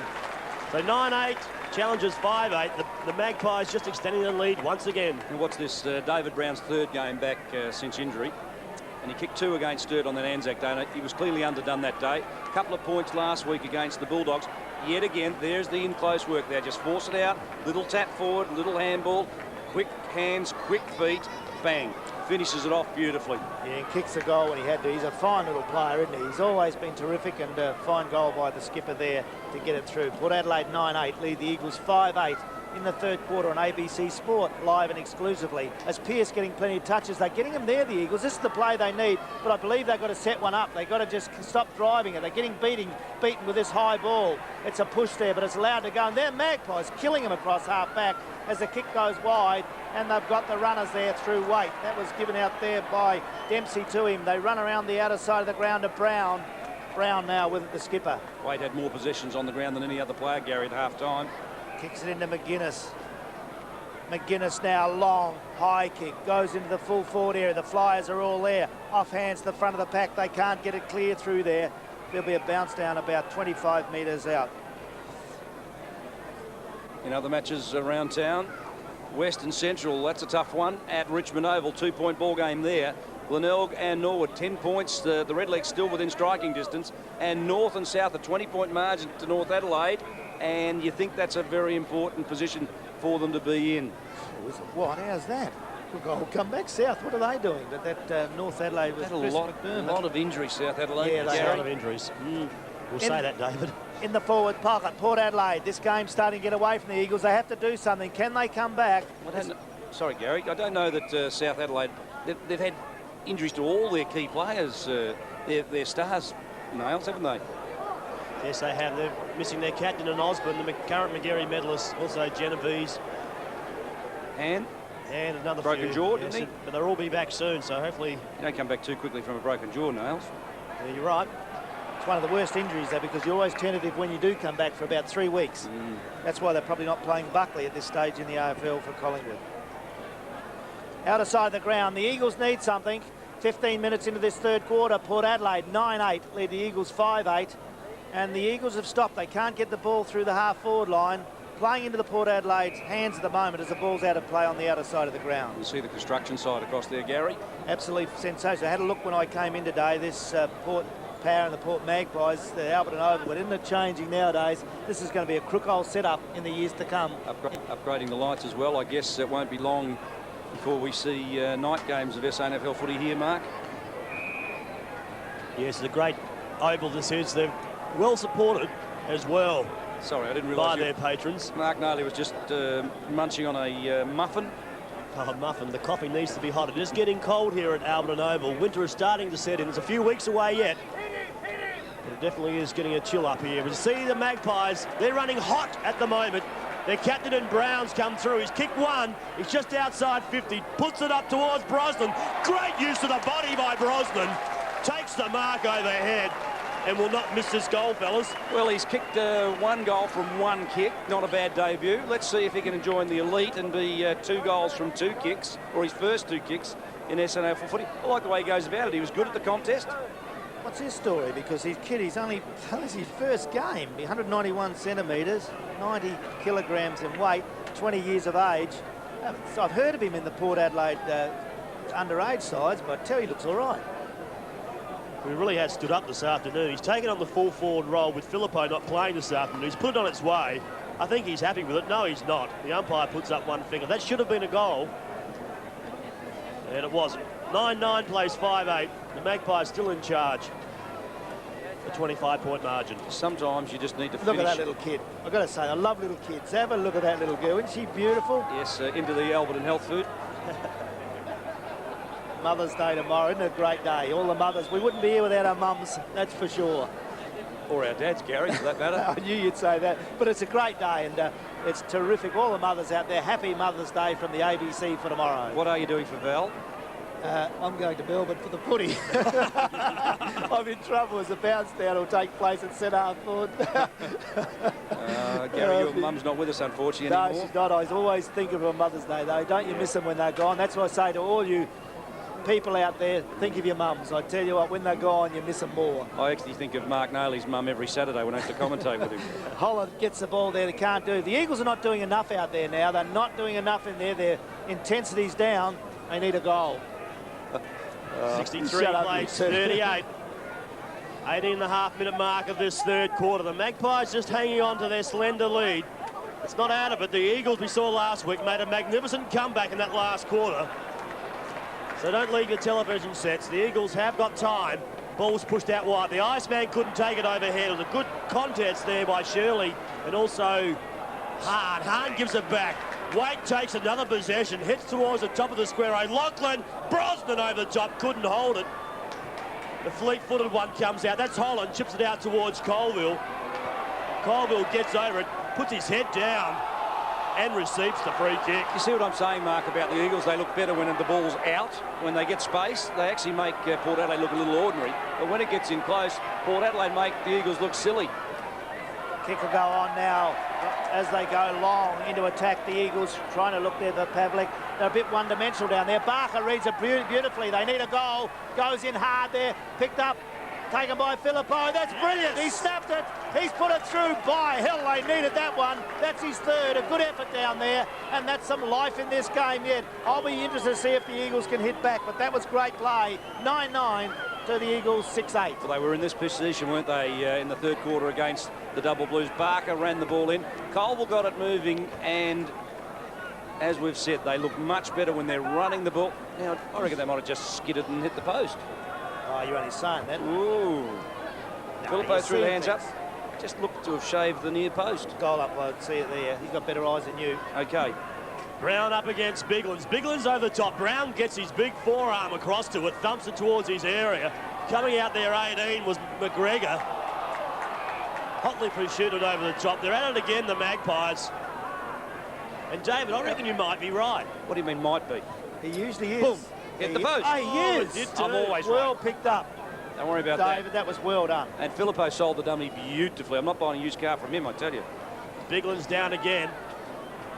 Through Obbs, he tips it up forward. Binky will come across, he needs support. Realise the Iceman had a yard of space. He goes for it. What a kick this is. That was sensational. What a goal for the Magpies. You won't get a better than that. That's his third for the afternoon. And Binky, you'd started it, gave it across there, David, and it was just a great goal. There's just days when everything's going you well. Hahn comes back in, and I guess he's got a lot to prove to the selectors. Look at the very clever handball by Binky. On the way down, he had the presence of mind to push it over the head of the Eagle defender. It allowed Hahn to run onto it. It's a difficult shot on left boot, but I guess, Gary, they're the things you practice at training, and he would have done that 100 times. Scotty Nahn only knows one way. It's hard and tough, but that's skills from the kid. Good to see.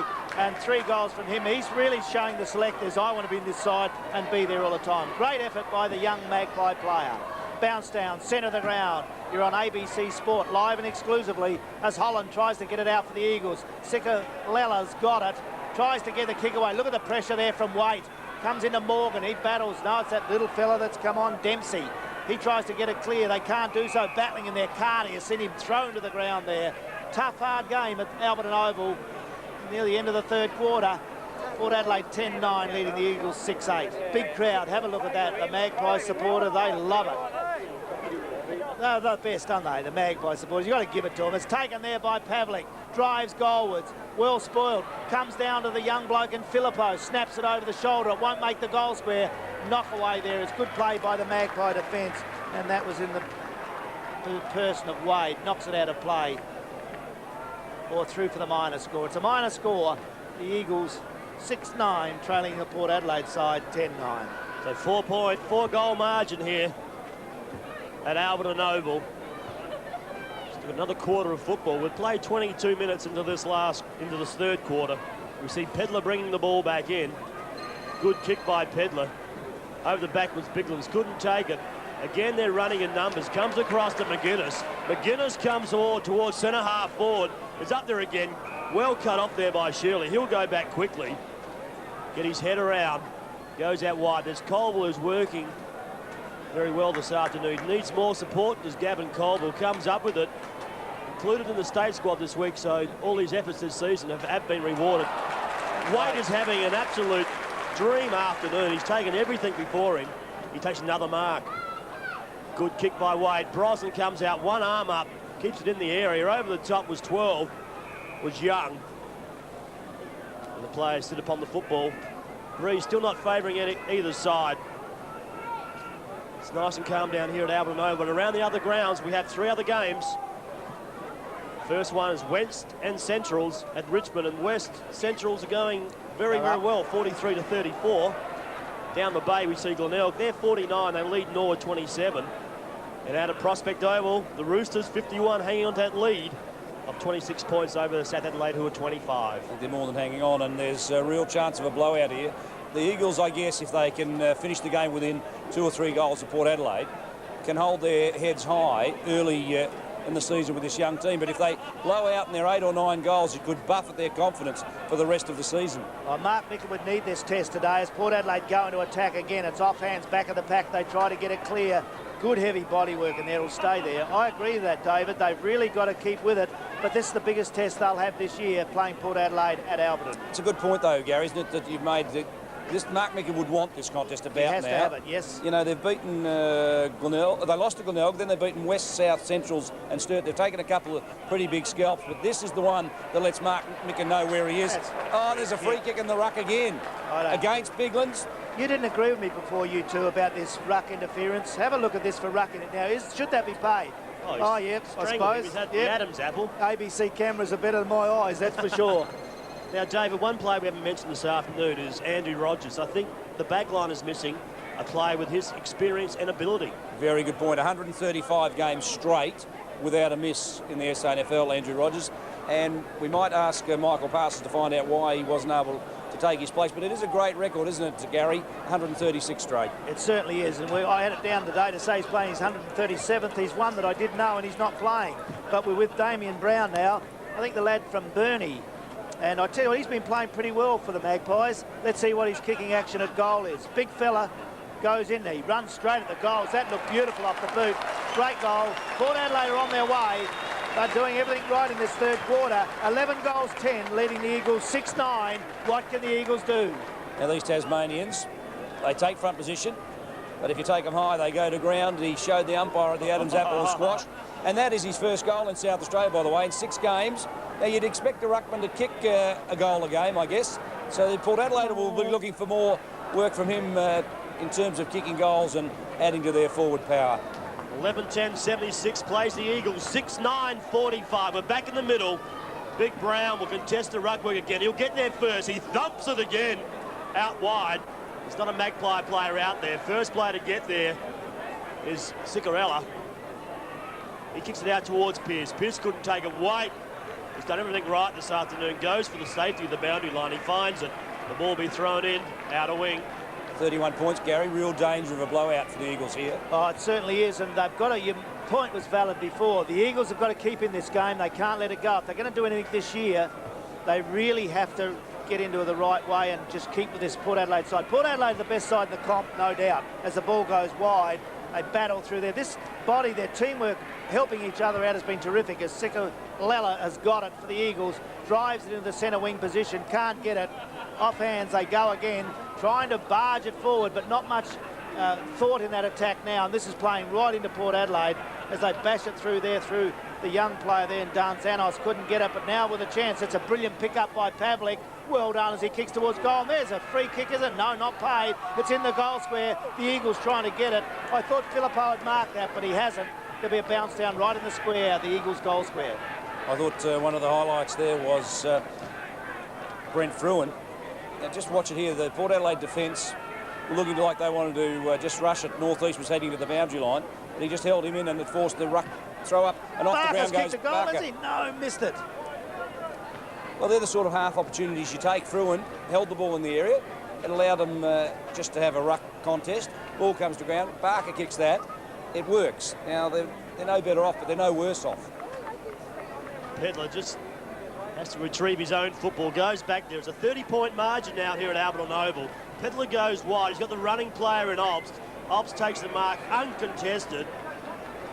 He'll go over the top. He does that. The Magpies been running in numbers since the first quarter. McGuinness, who seems to be getting better as the game's getting longer, gives it to Lees, who's run down towards the middle of the ground. Back to McGuinness. Goes up towards Brosnan. Brosnan nearly takes a mark at ground level. Good work there by Hall to force the error. Still pushing and shoving both players out here. That's Colville and also Ashley. So Colville maybe being given the job on Ashley this afternoon after half-time. Biglands puts it down, couldn't find his target. Coming up with it was McGuinness. Coming through hard was Hall. Onto the left boot. Goes up. Who will mark this? The Magpies again. They've been good, they've been strong. That's why they're in front. Wade's got the fresh legs and he comes on. You can just see how fresh he is. And what a booming kick that was. He kicks it long right down to full forward. Oh, Binky with courage went hard at the ball. Good to see players doing that. Port Adelaide are really going now. You can see that run coming through the centre, through from the half-back area. They're confident. Lees is running. They're really doing. Have a look at this for courage on your ABC Sport screen there as they go through. Binky, that was well done. Hard to do that for a player. But oh, it's all Port Adelaide now. Out wide, they're doing everything right. They're the best team at grabbing a ball. Binky again is it, I tell you what, is an exceptional talent. And with that courage for a big bloke, and he can kick a mile, we'll watch this kick from about 55 metres. He's kicked 9 goals already in the last 3 weeks. When did we see him, Mark? At Anzac Day, the Anzac Day clash on the Monday against Sturt. He got 4 that day. It was pretty important. 2 goals, 2 against Central, and 3 goals, 2 already today. Giving it a ride, it's going, it's going, it's gone! I don't know, it's through, it's right on the line, I think he's kicked it! Great goal, Binky. I tell you what, he's on the Crows list, that's his 4th goal today. He deserves another chance, doesn't he, in the AFL? Good play. Port Adelaide go further in front. 12-11 they are, to the Eagles 6-10. thing I like about him, when the ball's in the air, he just has a go at everything. And he has a magnificent pair of hands, good eyes, good hand-eye coordination. So when he gets into the contest and he gets his hands to it, he's got a terrific grip, and he rarely drops a ball that he gets two hands to. That's a real sign of a player with some ability. 12-11 plays, 6-10 here. The ball's bounced again. Coming through hard was Biglands as Brown slipped over. It's knocked down again. Brown gets in there. That's David Brown, the captain. Working hard there was Colville over the top. With him was Darren Fraser. Now, Mark, I just had a look at some of the Eagles' little men. Jason Dillon, Spiro Darzanos, Darren Holland, Michael Barker and Justin Cicolella. That's where the Eagles are being let down. Yes, David, you're right. The little men really need to stand up. As we see them going in here at three-quarter time. Got 12-11 up against the Eagles, 6-10, David.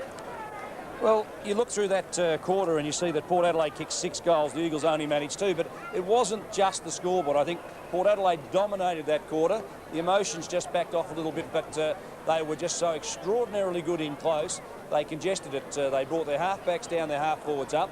They congested the midfield, and it played right into Port Adelaide's hands, and the Eagles didn't respond. Port Adelaide congested it up, and their in-hand, in-close work was probably as good as I've ever seen it at Port Adelaide. Stephen Williams, I think he might have been a bit disappointed in the first quarter when they only had 3 points on the board, but out of that third quarter, if the third quarter is the premiership quarter, then Port Adelaide are in premiership form, because they really made the Eagles look very second-rate in that term. Well, we saw the Eagles last week come home with a wet sail, definitely. They came back from being down in the same position. But you see the three-quarter time scores there. See the Magpies. They're 12-11-83. The Eagles are 6 goals, 10-46. And you're watching it at home, live and exclusive to ABC Sport.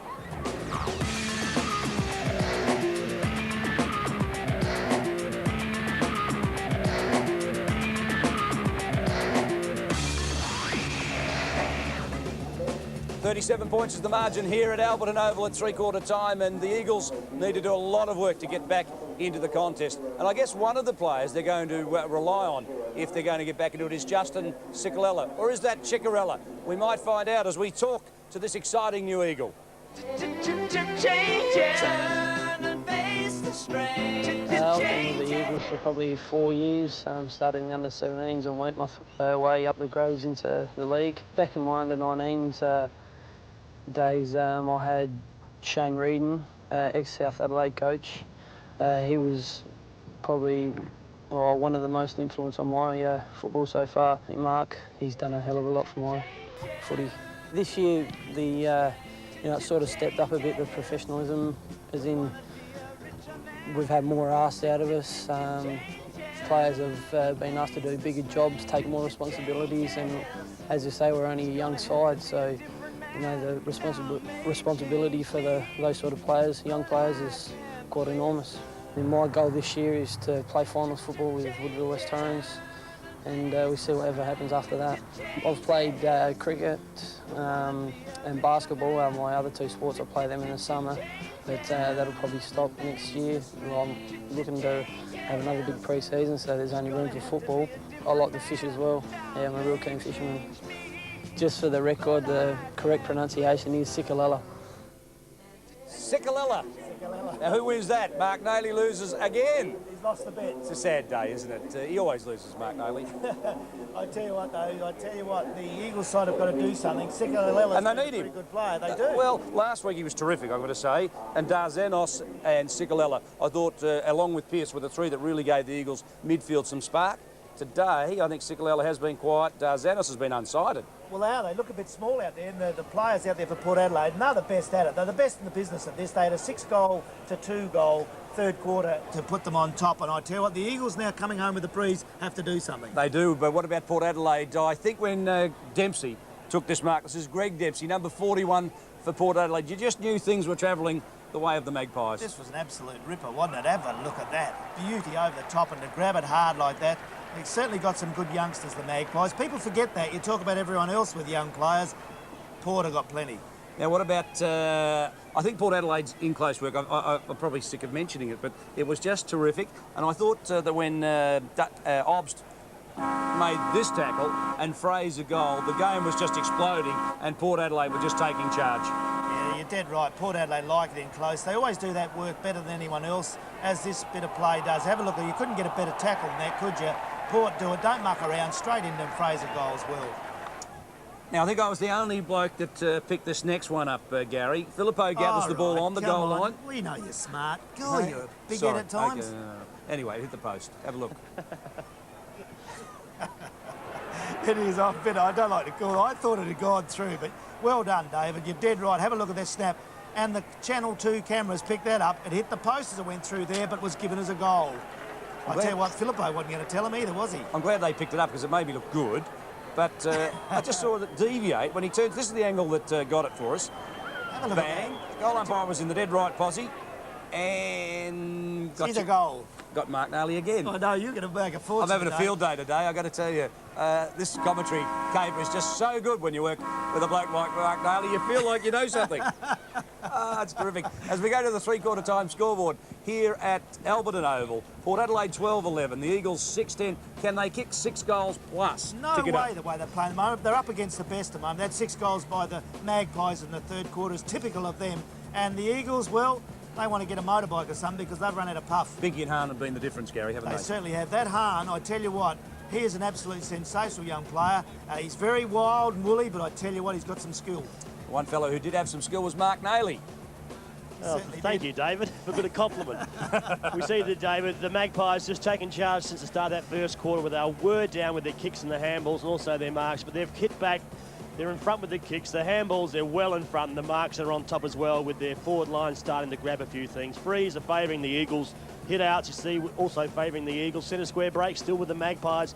And just individually, we've got a little bit of time here. We've got Wade, who's had 26 after three-quarter time. Brown's had 21 possession. McGuinness with 19 possessions. Fraser with 14. And for the Eagles, we see Pearce, who's been their better player, with 25 possession. Sikolella with 19, and Colville with 17. Thanks. Look at this Port Adelaide huddle.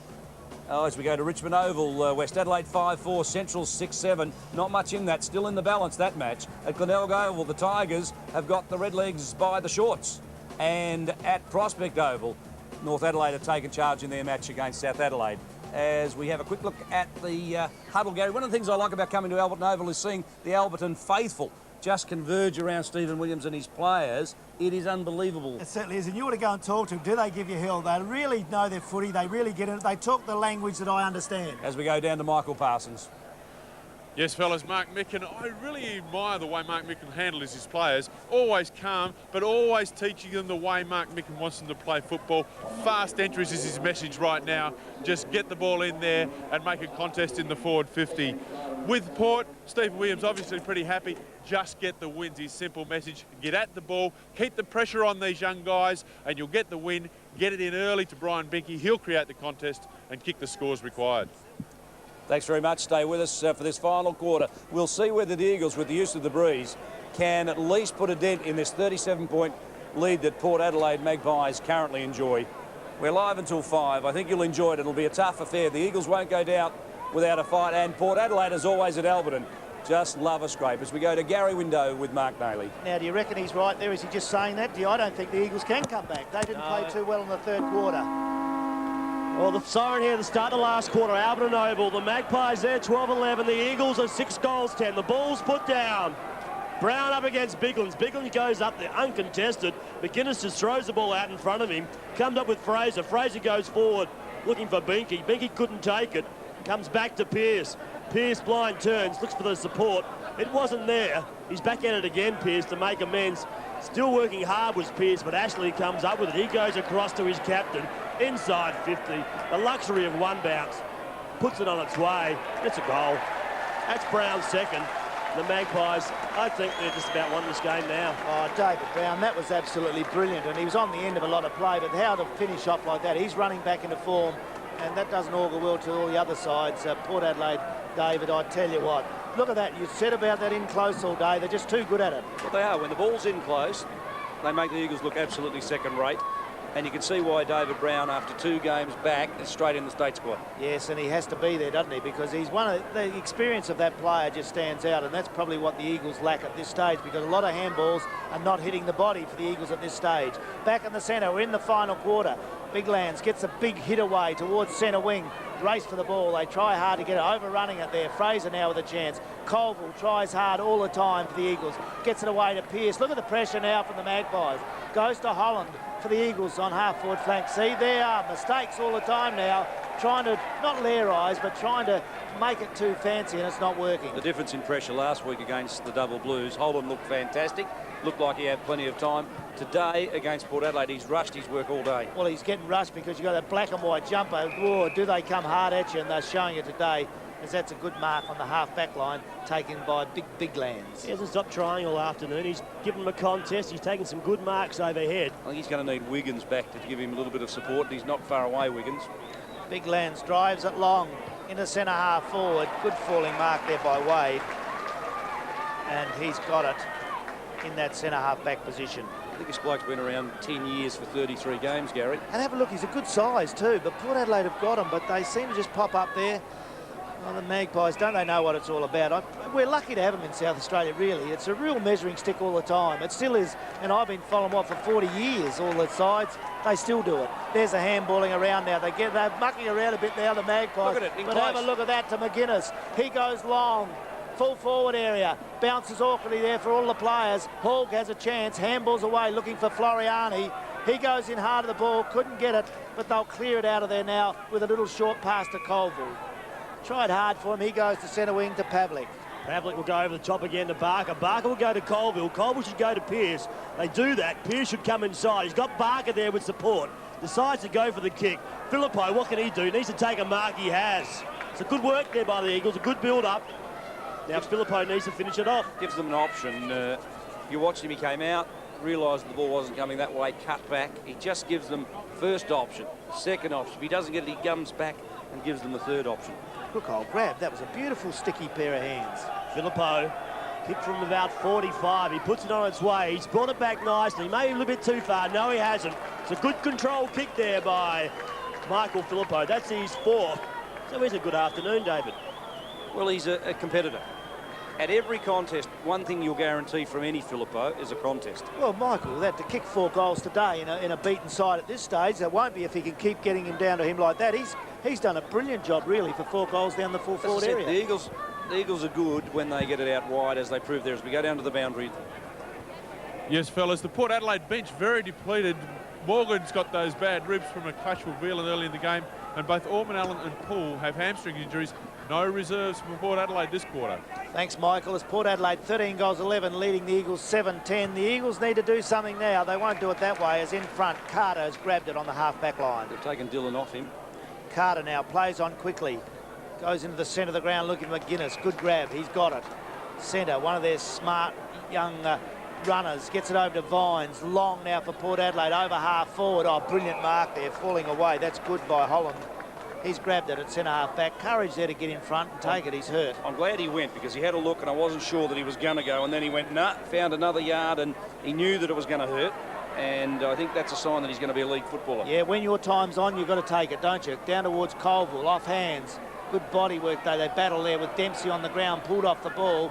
Heavy body work on Ashley. Colville does well to get the ball up. They're trying to get it clear from there. Coming back is young Dempsey. Gets it over to Hahn. This kid is a goer. Goes towards goal. I hope he kicks it. He's had a good day. Goes into the forward pocket. Off hands near the line. Port Adelaide keeping it in is well done. Handball through by Hall. Minor score. Well, Holland is coming off, you would think, for the Eagles. One of the things, with a hip, if he doesn't go at that contest, Gary, he never makes league footy. That's a very good point, Davey. You're dead right, and we talk about courage all the time, but when you're on, like he was then, you have to do it. So he'll come off, but his league career's intact. And he might miss a game, and he might be back for next week, but if he doesn't, no compromise. The coach just puts a cross against you, and then your career's finished. And that's what it should be. Footy's a tough game. Hall's kick wasn't good. It found Brown, Damien Brown, the ruckman, gives it across to Vines. Vines sets the ball home, but didn't control it too well. It's out of bounds. Will be thrown in. Forward pocket line for the Magpies. And every week, David, we have our we just go over the umpires, their performance, and then today I'd have to say it's been pretty fair. I think Gary Window's had a umbrage with one or two rucket fringes, but I think across the line, Gary, they've been terrific today. I think so. Look, I'm probably in the past with things like that. You want a football umpired the way you want it umpired, but it's not nowadays. Those laws are there. As Port Adelaide going to attack, it's down there to Bink. He's got another one. That's his 5th. What a performance by the big centre forward. I tell you what, like his game again today, you can't have enough superlatives for his game, but it looks, at least he's got a chance of getting back in the pros. The thing I like about him, Gary, is he's good in the air and he's good on the ground. His first effort is good, second effort is good, and if it's required, his third effort is always good. There's going to be a day when he kicks 10 goals in a league match. Exactly. Because he's got all-round ability. Doesn't panic? No, and perhaps at SANFL level, he can dominate a match. Maybe at AFL level, he's just a fraction small to play the type of game he plays here. I think you're right, but he's got courage, and that'll always... I reckon, as you said before, he could be still up there. He'll get his chances, and he could be a player that could do anything. Balls bounce. Bigland and Brown have been at each other all afternoon. Ashley comes up with it. Shows a bit of strength. His second effort's good. David, you talk about AFL, and Mark would know better than any of us. He's played there in the VFL too. All you've got to do, if you're going to how small or big you are, you've got to have a heart and you know what to do. You get in there and give it everything, you can succeed. It becomes a little bit of confidence as well. You must have that from your coach and also the players you play with. And I just sense that, I agree with Tim Jennifer, I just believe that Binky's better than this level. He's better than this SANFL level.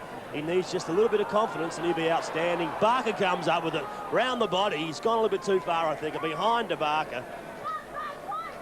I tell you what, who's going to go top over the Magpies this year? No, I can't see at this stage of the year anyone beating Port Adelaide. In fact, one of their very keen supporters told us on the way in a couple of weeks ago, Gary, that he reckons they'll go through undefeated. Now, there's a real chance of that. Oh, well, they got 20 players playing in the AFL from Adelaide. Well, their reserves got beaten by 13 goals by the Eagles today. So, made it blue. He's kicked it out.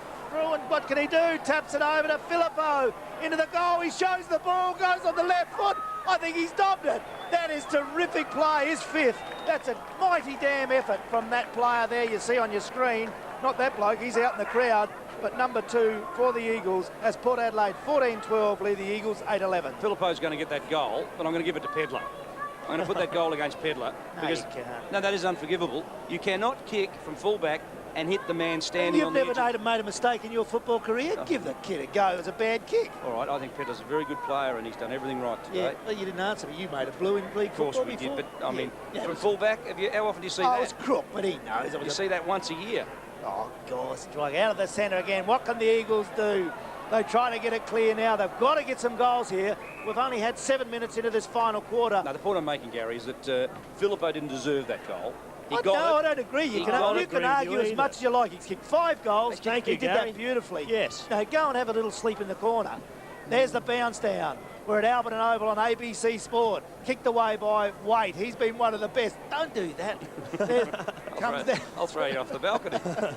We're high here too as the Eagles. I just want to see if the Eagles can come back now. That was a brilliant goal by Filippo, whatever you say. There's the kick now, goes into centre half forward. Here it is up high. Through there with a chance. He didn't mark that. Nowhere near it. The ball comes down to Lees. Also battling there is North East. Carter's got it. Gets it away. Good defence by the Magpies. As the big fella now, then Brown kicks the centre wing. Look, David, just quickly on Pavlik's performance this afternoon. I mean, a sensational game last week. Not sensational, but a solid game last week. This week? I think he's learned more today in this match than he did in last week's. There you go. Interesting, he started a full forward today. But I think a couple of good grabs. He'll get more out of this game than last week by doing it tough than he did out of last week, where he absolutely dominated. Well, they're the measuring stick, isn't he? He's playing up against Brian Lees this afternoon. And I have to say, Lees has come out on top. He's run down the ground as Lees on numerous occasions, dragging his forward line up there. And the good thing about Hahn should have got a free there. Why didn't he? The kid's battling his guts out. While we wait for the bounce, the good thing about this game is he gets 3 cracks at Brian Lees this year. Now he's had his colours lowered once. That's fair enough. Let's see how can he break even next time and can he win in a final? Yeah, we're playing centre half forward today, and when you're in a beaten side, it often makes a big difference too. The confidence of the players around him has been a bit shattered by some of the Port efforts today. There's the ball out of the centre half-back position for the Eagles. There's plenty of time, 10 minutes gone. 14-12, Port Adelaide leading the Eagles 8-11. It's the same margin that we had at three-quarter time, though. They've not put a dent in it. Have a look at the Port crowd there. Don't they come in their droves? There's the knock away. You'd expect that as Port Adelaide on top at Albertson, kicked away by McGuinness. Lovely looking kick, goes in close towards goal there. That's nearly kicked off the ground there. Brilliant effort down there. Over to Ashley. That's brilliant blocking off the boot by the Eagles. Handball away, but still the Eagles have got a chance there. No, picked up by Port Adelaide. That was Brosnan again. The ball's out on the full. No. Yes, it's a free kick. Now, Brosnan was good, wasn't he? He's a terrific young mover. Good effort here. Now, watch. He gets the handball out. The kick's smothered. Now, where's Brosnan? He's up, and he's at it. That was a good block there, too, by the Finn. Was a Hall. Terrific play all around there. Everyone on the Port Adelaide forward line, their first effort's good, second effort's good, third effort's good. They're very disciplined. Hall brings the ball back in, heads towards his ruckman and Biglands. Brown works into the front position. At the back there is Wade, is an outstanding game this afternoon. High in the best players. We may get David before the end of the game just to give his best, maybe 3 or 4 for each side this afternoon. As we see, it's on the half-forward line. Magpies still well in front. Still plenty of football left to go. Again, Brown over the top of Biglands. The free kick, if the umpire was going to be consistent, should have given that ball to Biglands. Manzanas comes out with it, goes high, looking for Pavlik. Lees just times it beautifully. Pushed Pavlik under the ball legally and just faded back and took the mark overhead. Now he's directing traffic. He needs his forward line players to move. Just hangs on. A Binky comes in. You want to build him, wouldn't you? You want to build him. Have a look at Big Leesy. Have a look at him. He's playing to the crowd now. He is a performer. He needs a stage. And his stage this afternoon has been Albertson Oval. It goes up high. Biglands is up there, well read at the back of the pack. There's a player in Wade again. He has got better as well since he's been on. Playing with a bit of confidence now. The ball's up high. Comes out to Pearce. Pearce will just chip the ball. He's got the running Colville. And this will be a good clash. Colville on Northeast. Northeast legs are going as hard as they possibly can, but Colville's just too young and too fit. He runs Northeast around. And a good goal there by Gavin Colville. That's his second. But you have to feel there for the 29-year-old Port Northeast trying to catch Gavin Colville at 22. He should have tripped him or something. He couldn't, but I tell you what, that play from the Eagles, from a good defence there, and then through the centre of the ground, Colville, that was absolutely sensational. Looked over his shoulder. He's ran 50 metres, but that's good play. And the Eagles are hitting back. I think this is a very good sign. Mark Micken would be wrapped. Over the shoulder. Catch me if you can. Wouldn't he? Mark Micken would be wrapped with this. Don't you want to talk, David? Where are you? I'd love to get in. With Window Daly, you reckon you're in trouble. Whose turn is it, Mark? You're going to go. I don't know. I want to take it. Oh, that's exciting. The Eagles are coming back. Like, there's 12 minutes gone. Don't forget to take a breath, Gary. There's spit those marbles out as the kick goes wide. Pearce. Here it is again. Dylan's got it. No, this is very 25. important. Very important for the Eagles. They're against the best side in the SANFL and hitting back in the final quarter. They're 9-11, trailing Port Adelaide 14-12. Goes wide. Pavlik's got it. Big man lines it up. Kicks it to full forward. What can Filippo do? He's grabbed another one. Sensational mark with the body in front of Pedler. Good grab.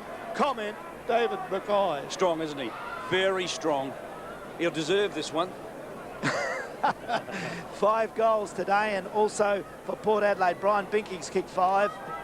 Filippo now has an important kick for the Eagles. They come back hard. I think he's got it. No, not much down there. It's offline. Minor score. Port Adelaide 14-12. Lead the Eagles 9-12. I'm going to put Filippo in the Eagles' better players when you ask me at the end of the day. Oh, I hope so. No. I mean, he's given them all that he can give them. Course, he's given them a target, he's given them an option, and he's given them a contest. Ball's kicked back in. That was by Dempsey. Goes up high. A great mark over the back again. This is Big Brown. And that's been a fantastic clash between him and Biglands. Well, you don't rep him up too much. He's kicked the ball in, but no, 25 metres. So he must have gone over the line.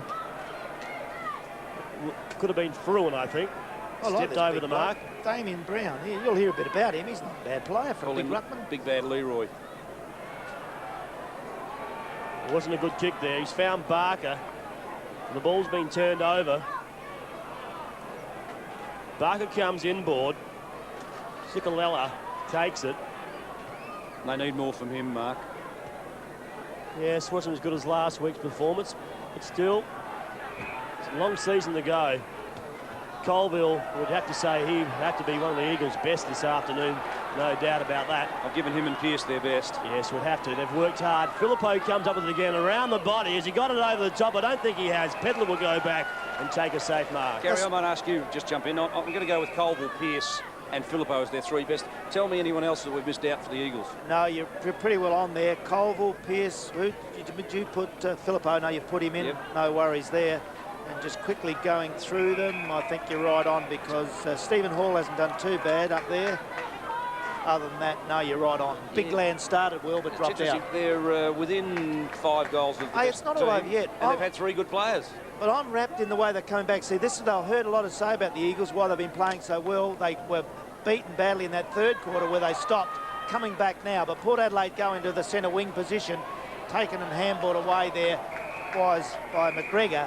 Out of play centre wing. Their flexibility is good too. McGregor can play full forward, centre half forward or centre half back as he's playing now. And in other matches around town this afternoon, it's Western Central at Richmond Oval. A tight one there. West are still in the hunt. The Bulldogs are playing well. Glenelg complete control at home against the Redlegs. And North and South North Adelaide are belting South Adelaide. What a turnaround for North Adelaide. Good to see that. Chris McDermott, you only wish him success. That'll be a good win for North Adelaide. We're at the Albertson Oval on ABC Sport. Waite, one of the better players for the Magpies, gets it down to McGuinness, taken by Pedler. He drives long into the half-forward long high kick. Good mark taken there by Young. He'll get the Eagles into attack. What can they do? Go wide. It'll have to be a good kick. Vines is out there from behind. It goes to the back of the pack. Dillon does well with a quick handball. Over to Pearce. One of the better players. That's a bad handball. Obbs just does it easily. Gives it away to Brown. He goes onto the right foot, probing kick in there, looking great mark. It's a good mark over the back, taken there by Whelan. He's known for that. The kid's done well as the Eagles get into attack the centre half forward, looking for Pavlich in front. He's marked that. Good grab in front. It was probably touched by Lees, who didn't like it, but Pavlich, the kid's got it. He's gone from 60 metres to the goals. It's off hands, down in the pocket, going near the line. Colville with a chance. He's tackled, thrown out of play by Wade. Throw in left forward pocket. Stephen Williams has made a change. Pedler has come off. Filippo and Wade gets the job after Filippo's kicked 5 goals. Ball's thrown in.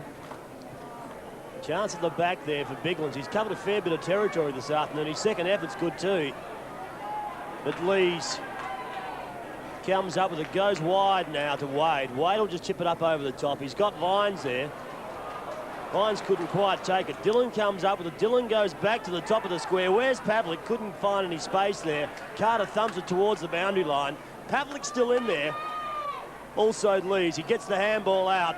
Back to Pavlich. Pavlich around his body. Couldn't quite bring it back far enough, and another behind to the Eagles. So they now move on to 9 goals 13 and still trail the Magpies 14-12. Magpie supporters there. We talked about respectability. 19 minutes in, they're within 5 goals. They haven't been belted off the park, Gary, and they're very young, this Eagles side. Certainly having a good year. They'll be around the place. They know they'll have to do some work, but Mark Micken would learn a lot from this playing Port Adelaide Albertson today. They've come back in this last quarter. They need to continue this with another 10 minutes to go as they've been pinged. Look, Biglands has given away a lot of free kicks today, but you cannot doubt his endeavour. Perhaps his judgment is a bit out, but I'd rather see him... Well, he's a big bloke. He's 6'8", and he's chased down. Filippo didn't get there. He's chasing. How often do we say that the big blokes don't give enough as McCarthy marks on centre wing? No, I agree with that comment all the way. You've got to have big blokes that give everything. He's certainly done it today. McCarthy now. He drives long, badly, into half-back where Carter takes the mark. Port Adelaide now just settling the ball down a bit. They don't want to move around too quick now. Another good mark taken there for the Eagles, and that's taken by McGregor. McGregor now. They need a couple more goals just to continue on. The short pass goes into Sikalella, and that's Mark Hahn again. That's just what he's got to watch. Young Hahn, he's a terrific young player, but he's so volatile. Reckless. Throws, that's a good word, throws the arms around when he probably shouldn't. Sikalella. It could be anything though if he just settles that down. Goes with a long kick to half forward, looking there for Biglands, can't get it. Danzanis at the front of the pack, he can't get out. He's a light little bloke, thrown to the ground. Good tackle. Now, Gary, Spiro Dazanos last week was like Peter Matera. He was running and streaming away with the ball. He hasn't been able to find it today, and that's the first time he's front and centre, and he's had 5 kicks, 2 handballs. Really, he's a 25 a game man. He's a long way off his best. He certainly is today. He's been quiet, but he's playing Port Adelaide. He'll learn a lot from that also. As the ball goes into the full forward area, Carter does well. Handballs away to Brown. Away they go again. Dempsey goes short. Look at this Hahn. I tell you, I've been impressed with him today. He's grabbed it on centre wing. I liked Robert Shirley, and I like the way he's gone about his game, but Hahn today has made him look a bit ordinary. He's just tough, Hahn. He's had it all the time. He just gives the contest. Even if he's behind, he still gets there. The ball socket out there by McCarthy. Just quite content to see the ball out over the line. You've got to suggest now, this is indicating that the Eagles are probably one of 4 teams that are going to need to challenge Port Adelaide for the flag. Yeah, I don't think the Eagles are about to do it. I stand to be corrected. Just looking today, I think they're going to be too inexperienced when it gets to the final 5. Remember that the finals are played on Footy Park, a bigger ground than this, and I reckon that'll suit the Eagles right down the ground. That's a good point. Good work by Binky there. Handballed over the top and try to retrieve it from there, but Hall sees it out over line. And that play, Gary Window, Hahn just in there again. He's putting the pressure. goer, and that's why they're good. Hey, I'm going to get into you, David, because you don't think anyone can, at finals time, is going to worry Port Adelaide. Their experience, the inexperience of the Eagles is going to be costly in the finals. Yeah, I think a final series under the Eagles' belt this year, they'll be a great team next year. Next year, I agree with that. A lot of kids, that's why both of you are saying, haven't played as well today. They haven't had the chance to play well against a very tight Port Adelaide defence. Norwood will really need to improve. They've got the ability, but they're not putting it together. West Adelaide are very inconsistent. Their best is good enough to beat Port Adelaide. Their worst is horrible. The Eagles, I think, have got some very exciting players, but I think they need a bit more finals experience to be a force. Oh, the ball's thrown away. The umpire didn't pick that up. That was some Pierce. Zuccarello comes up with it. He chips the ball out wide, looking for McCartney. Pedler will take this. He nearly messed it up, but he gets back. Had time to get back at least and takes it, gives it across to Ashley. Ashley goes around his body. Oh, Binky nearly pulled something from nothing there. Oh, they're working overtime as that forward line of the Magpies, as we see McGuinness just holds up proceedings. The umpire will come in and ball it up.